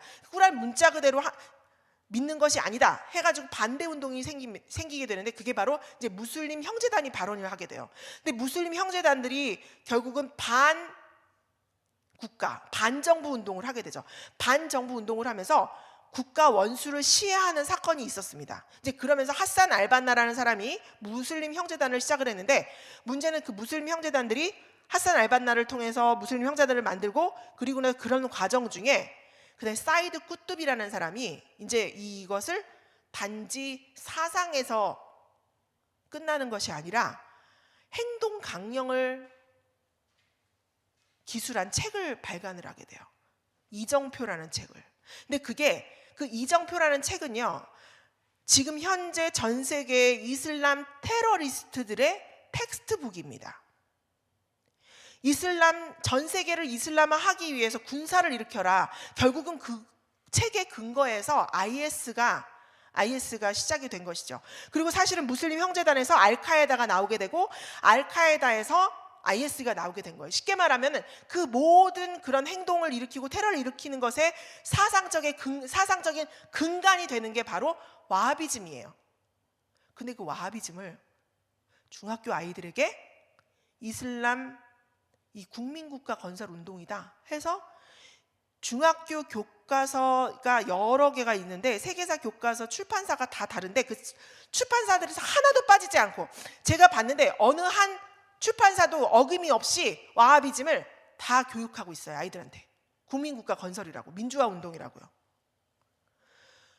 이게 웬 말입니까? 대한민국이 이슬람 국가도 아니고 이슬람 원리주의 국가도 아닌데 아이들에게 민주화 운동이라고 해갖고 와하비즘을 교육한다는 것은요, 앞으로 대한민국의 이슬람이 어떤 성향을 띠고 우리나라에 정착을 할 것인지에 대해서 심히 우려가 되는 그런 내용이 지금 있다라고 볼 수가 있습니다.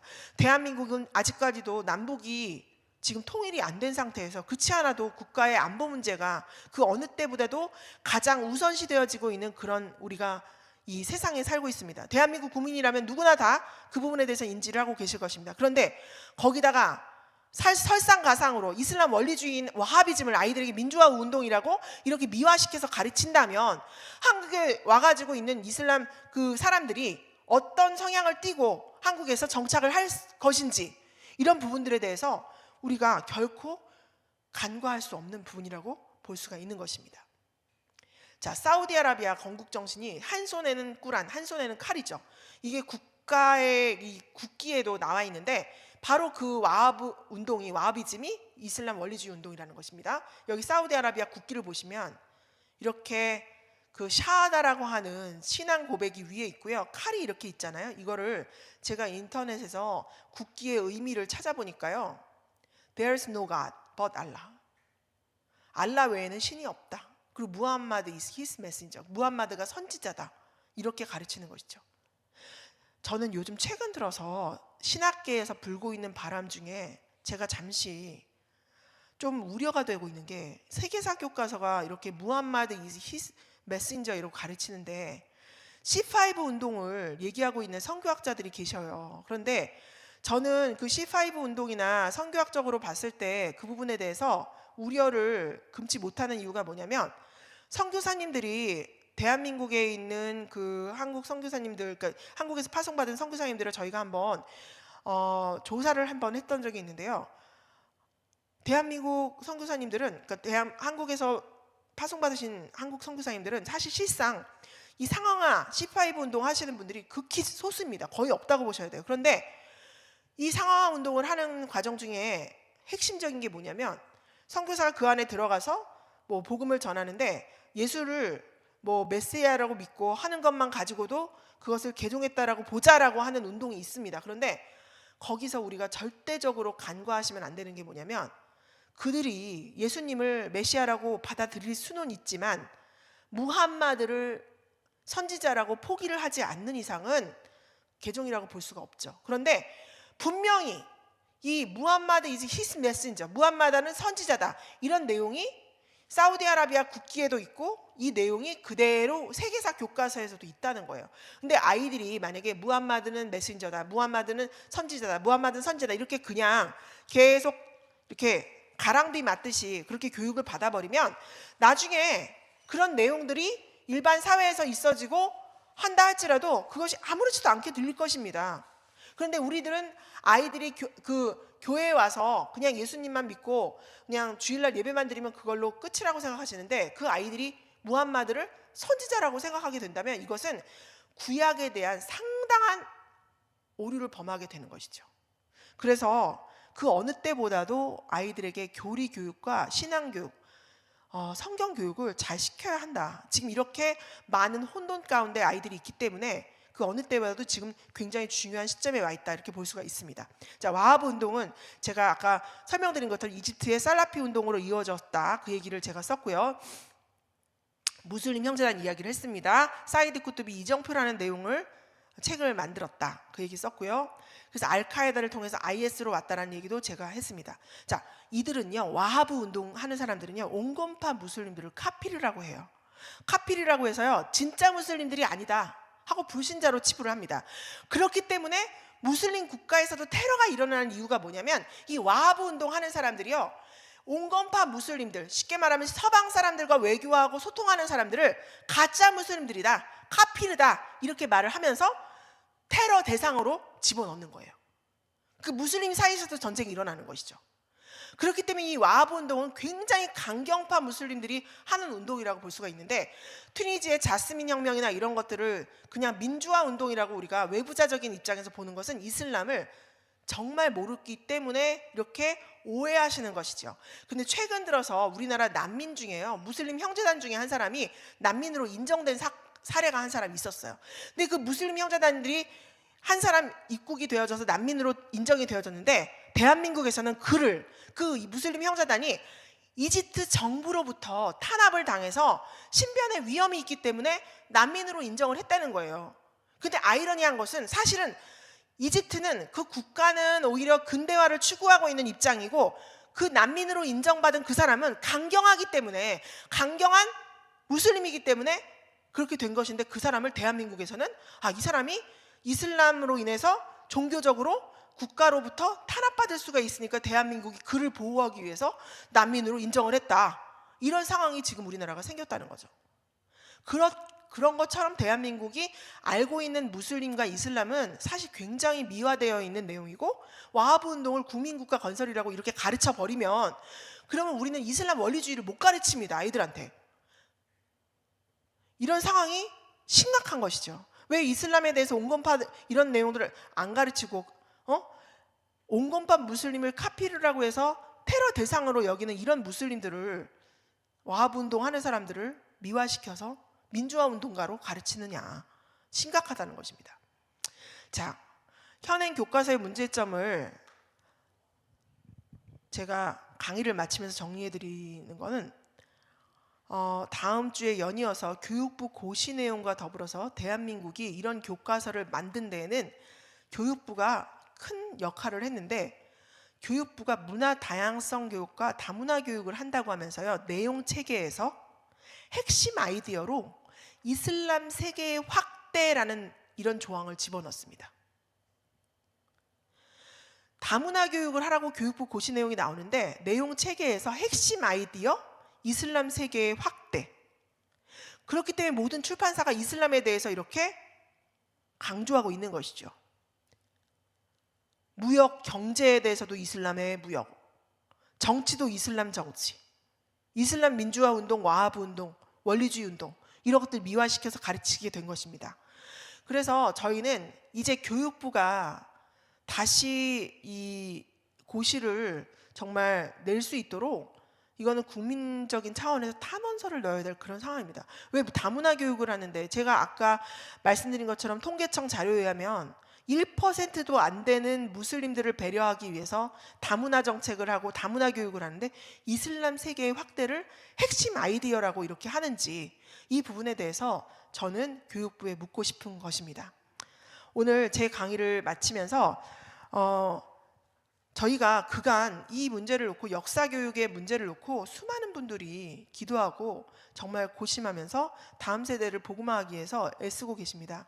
오늘 부디 이 차별금지법 바로 알기 아카데미에 수강하고 계시는 우리 목사님들과 또 우리 성도님들은 이 부분에 대해서 적극적으로 기도와 또 운동을 통해서 대한민국이 이슬람 세계의 확대를 세계사 교육으로 가르치면서 다문화 교육이라고 위장하고 가르치는 일이 없도록, 또 이슬람 원리주의들을 아이들에게 가르침으로써 한국의 이런 그 중동 이슬람에 대해서 이슬람 원리주의 편에 드는 일이 없도록 우리가 깨어서 기도할 수 있도록 우리가 힘써 주시기를 부탁을 드리겠습니다. 기도하겠습니다. 할렐루야. 사랑이 많으신 하나님 아버지, 감사를 드립니다. 오늘 대한민국의 세계사 교과서 고등학교와 중학교 교과서를 살펴보면서 핵심적으로 이제 이슬람 편향을 넘어 이슬람 중심적으로 기술되어 있는 이 세계사 교과서의 현실에 대해서 저희들이 살펴보았습니다. 하나님, 대한민국은 그간 기독교의 많은 선교사들을 통하여서 또 기독교 문물을 받아들여서 대한민국이 근대화되어지고 발전되어졌습니다. 그런데 후대에 예수님을 믿는 우리들이 깨어서 경성하지 못함으로 인하여서 다음 세대가 정말 하나님을 믿는데 정말 탄압을 당하고 어려움 당하는 일이 없도록 우리 한국교회가 깨어서 일어날 수 있도록 도와주시고, 저희들이 이제는 깨어서 분연히 운동하면서 이 모든 잘못된 세계사 교과서를 원위치시킬 수 있는 정말 한국교회의 연합과 단합을 볼 수 있는 우리 세대가 될 수 있도록 인도하여 주시옵소서. 예수님의 이름으로 기도드리옵나이다. 아멘. 감사합니다.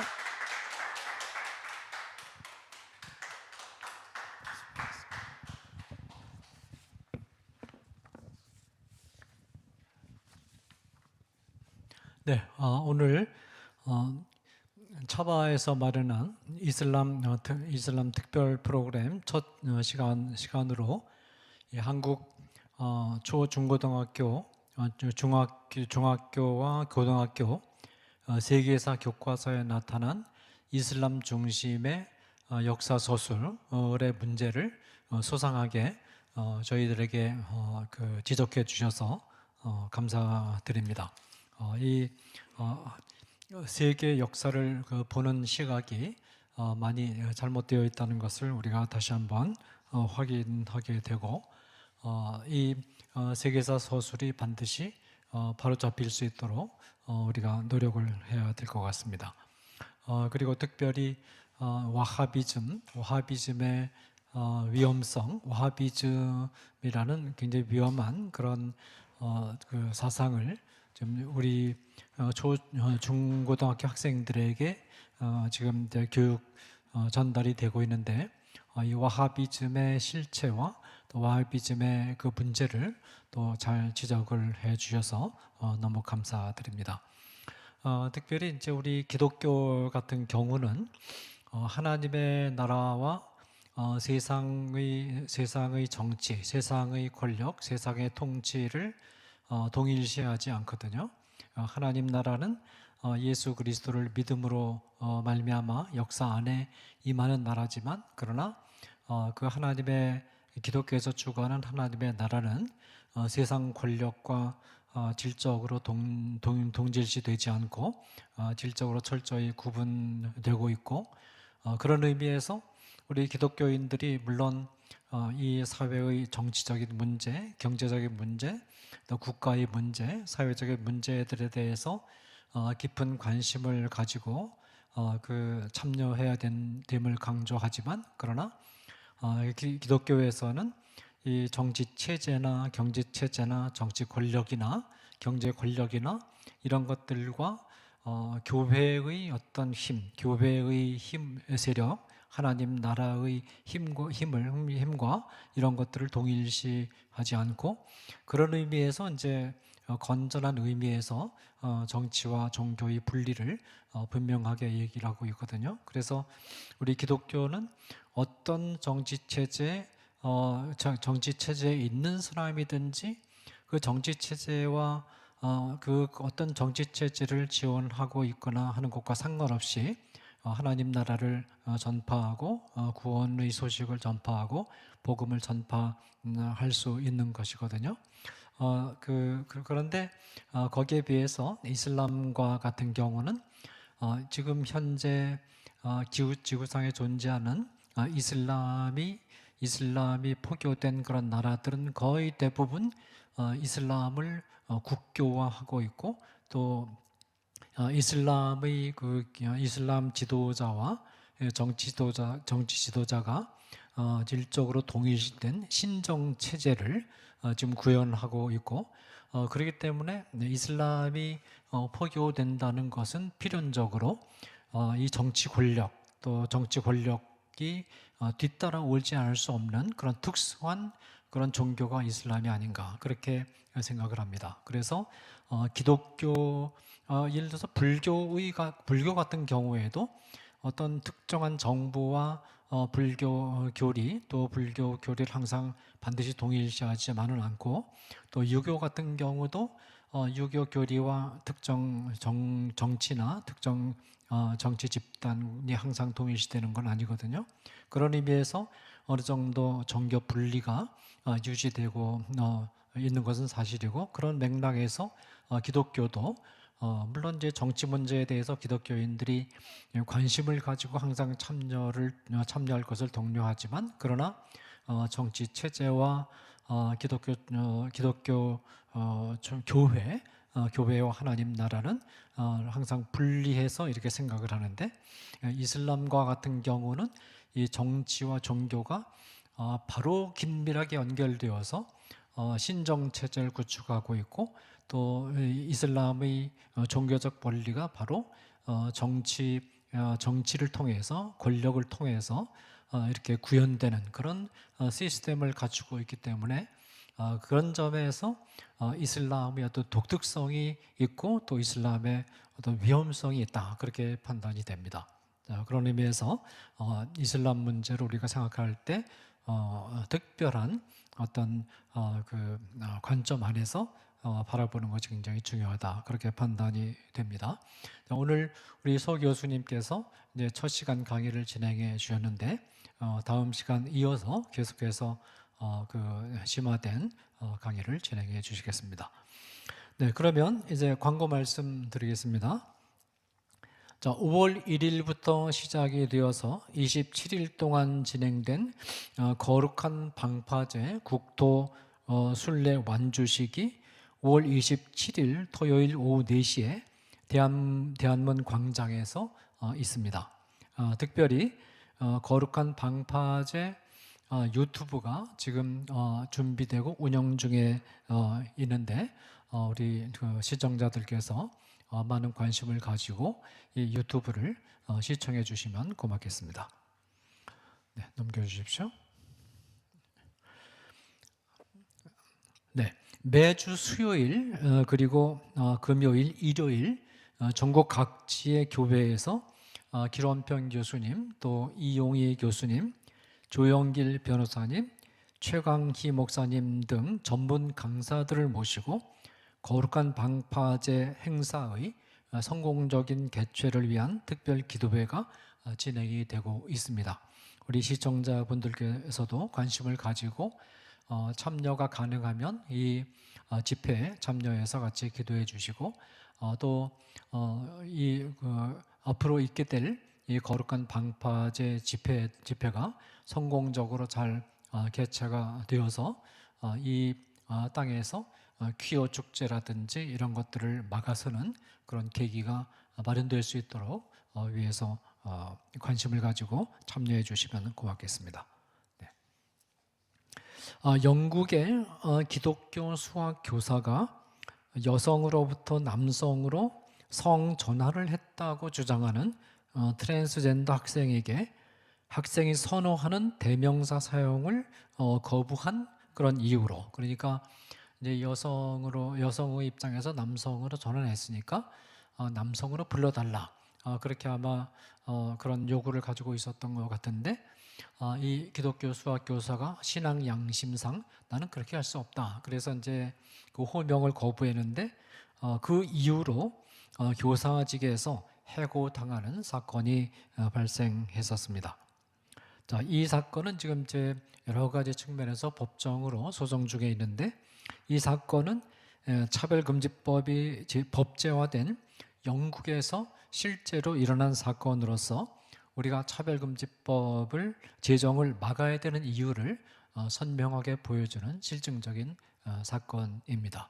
우리 시청자들께서 이 기사를 크리스천 투데이의 기사가 나와 있으니까 이 기사를 찾아서 한번 쭉 읽어보시고 한번 생각해 보시면 고맙겠습니다. 22일 빌리 그레함 전도협회 대표인 프랭클린 그레함 목사께서 전미 종교방송 대회 기조연설에서 미국의 기독교인들에게 다가올 폭풍에 대비할 것을 경고했습니다. 그레함 목사는 미국의 성도들이 기독교 단체를 파괴하려는 취소 문화, 이 캔슬 컬처, 취소 문화 속에서 살고 있다라고 올바르게 진단을 하고, 이 취소 문화는 기독교인들이 복음을 전하기를 중단하기를 원하면서 기독교인들이 복음을 하려고 하면 기독교인들을 가두려고 시도한다. 기독교인들이 입을 다물고 가만히 있으면 건드리지 않는데, 기독교인들이 입을 열어서 복음의 진리를 전하려고 하면 그때 방해를 하고 차단하고 가두려고 한다라는 점을 지적을 했습니다.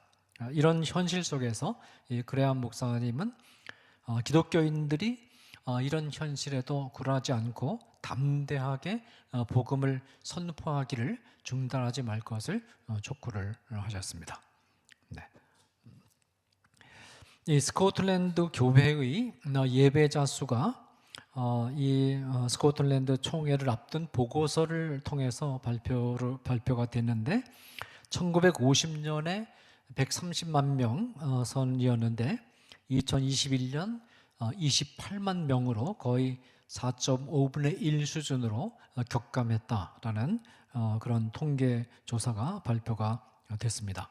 아마도 이 스코틀랜드의 교회가 이처럼 급격하게 격감한 그 배경은 이 칼빈 아카데미에서 훈련받은 존 낙스로부터 이제 스코틀랜드 장로교회가 시작이 됐는데, 그 이후에 스코틀랜드의 중심 교육, 대학 교육, 신학 교육 기관들인 에딘버러 대학이라든지 어버딘 대학이라든지 글라스고 대학과 같은 이 신학부들을 중심으로 한 스코틀랜드 신학이 이신론의 오류에 장악되기 시작을 하고, 그러면서 이제 자유주의 신학, 특히 성경 말씀에 오류가 있음을 인정하는 자유주의 신학의 함정에 빠지기 시작한 것이 스코틀랜드 교회가 이렇게 급격하게 위축하게 된 결정적인 요인이라고 그렇게 저는 분석을 하고 있습니다. 그러니까 성경에 오류가 있다는 말은 결국은 그 오류라는 것은 결국은 성경 안에 있는 어떤 초월적인 내용들, 기적적인 그런 내용들이 다 말하자면 신화라든지 아니면 역사적 사실이 아니다라는 그런 것이거든요.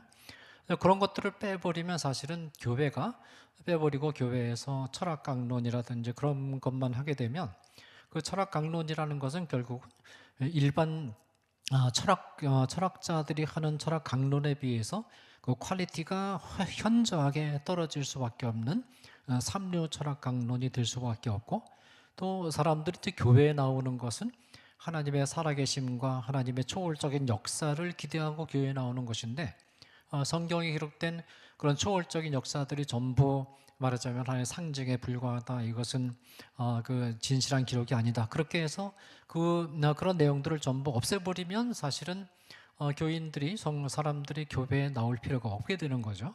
그럼 결국은 궁극적으로 교회가 붕괴되고 또 교회가 몰락하는 지름길이 되는 것입니다. 그래서 이 그 신학의 자유화가 결국은 이 교회의 급격한 위축을 불러온다라는 사실을 다시 한번 확인하게 됩니다. 네, 넘겨주십시오. 네, 오늘 그 좋은 강의를 해주신 소윤정 교수님께서 다음 주에도 이어서 교육부 지침과 세계사 교과서라는 제목으로 이어서 강의를 진행해 주시겠습니다. 많은 관심을 가지고 시청해 주시면 고맙겠습니다. 네, 그러면 이제 기도하고 제 123회 차바 강의 일정을 모두 마무리하겠습니다.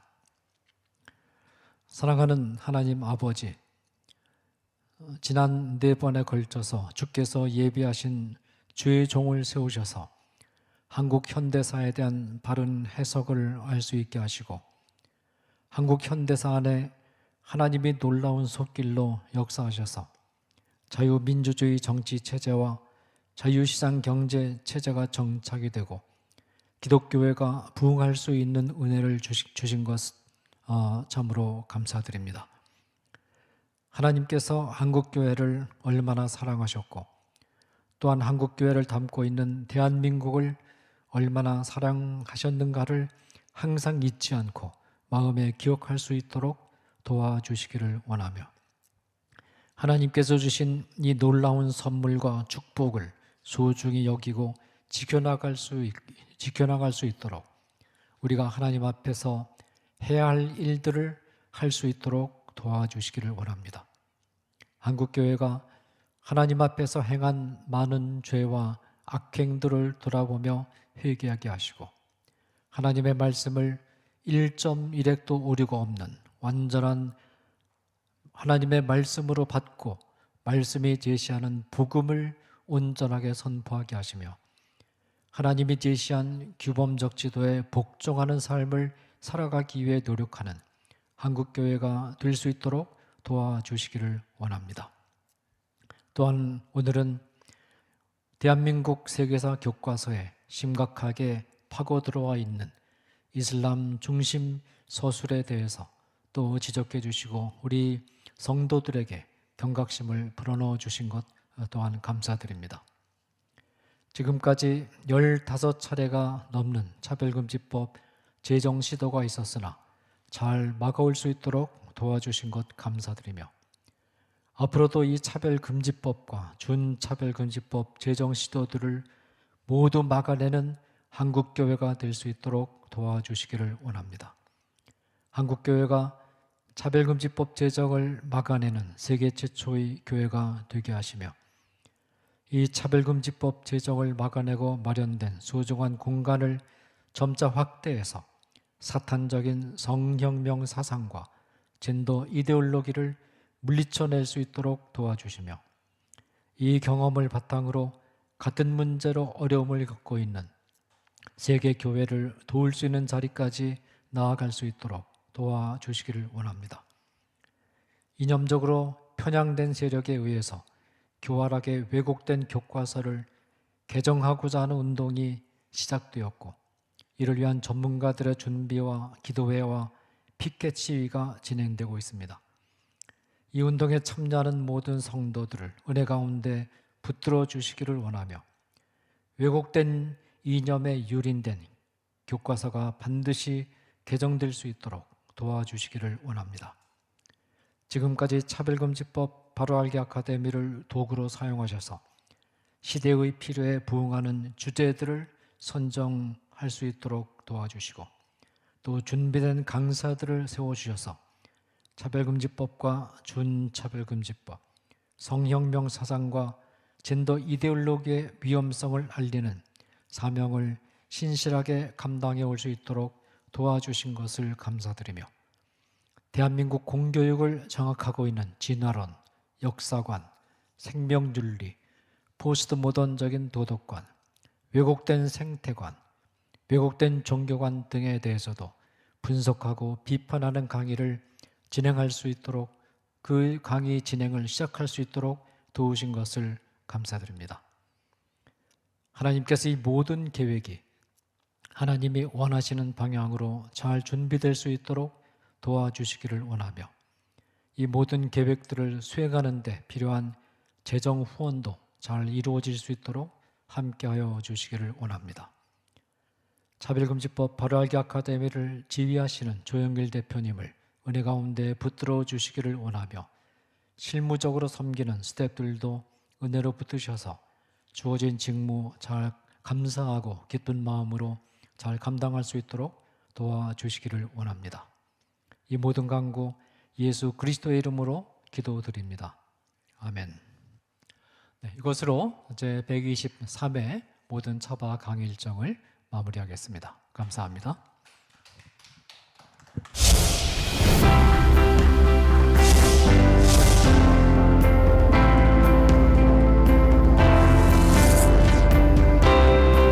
채널 공유운동, 유튜브 채널 공유운동에 대해서 말씀을 드리겠습니다.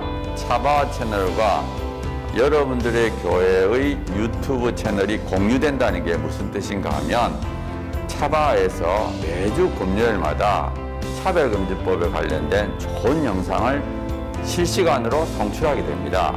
차바와와 공유된 여러분들의 교회 유튜브 방송에도 저희들이 영상이 실시간으로 송출되게 됩니다. 처음에 시작할 때 50개, 100개, 200개, 240개까지 증가했습니다.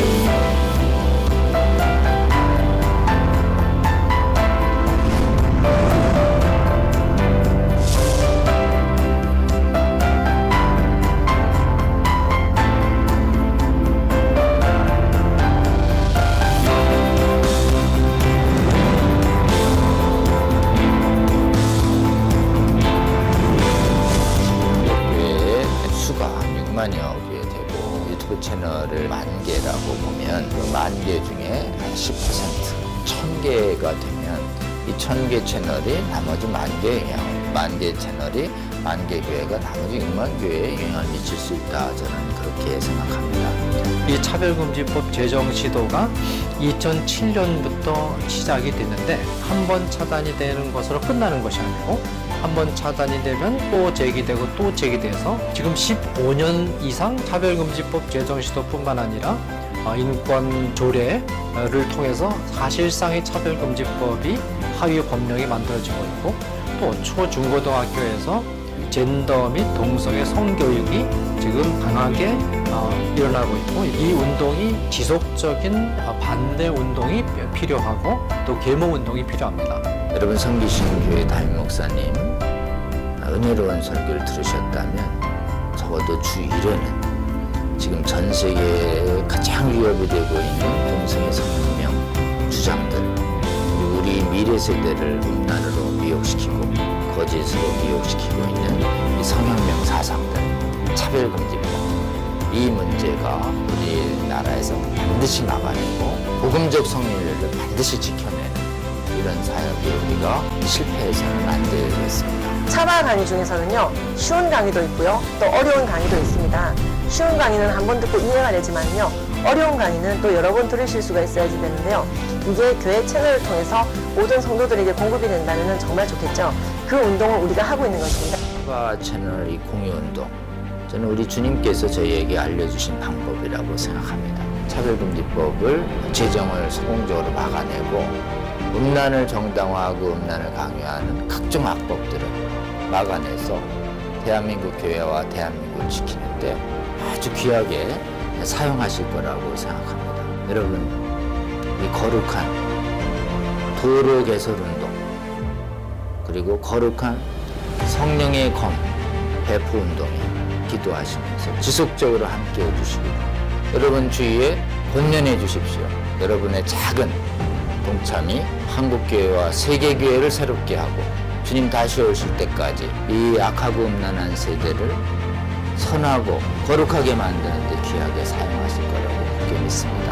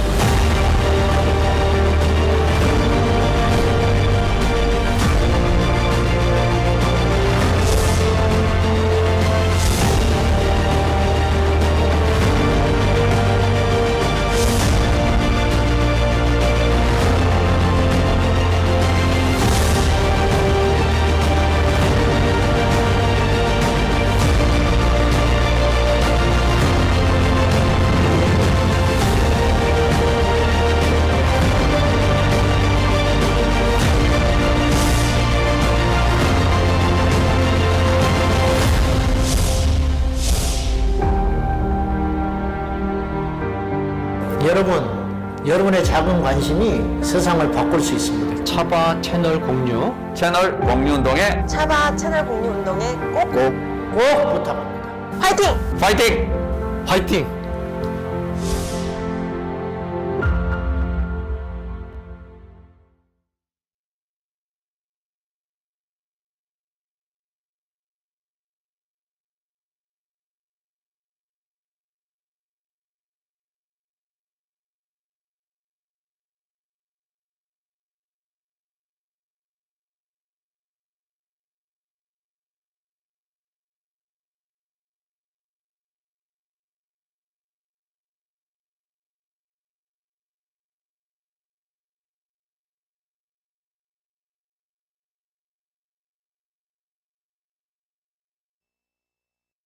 마리아의 타종교에 비해 이슬람 관련 내용이 적으로 철저히 구분.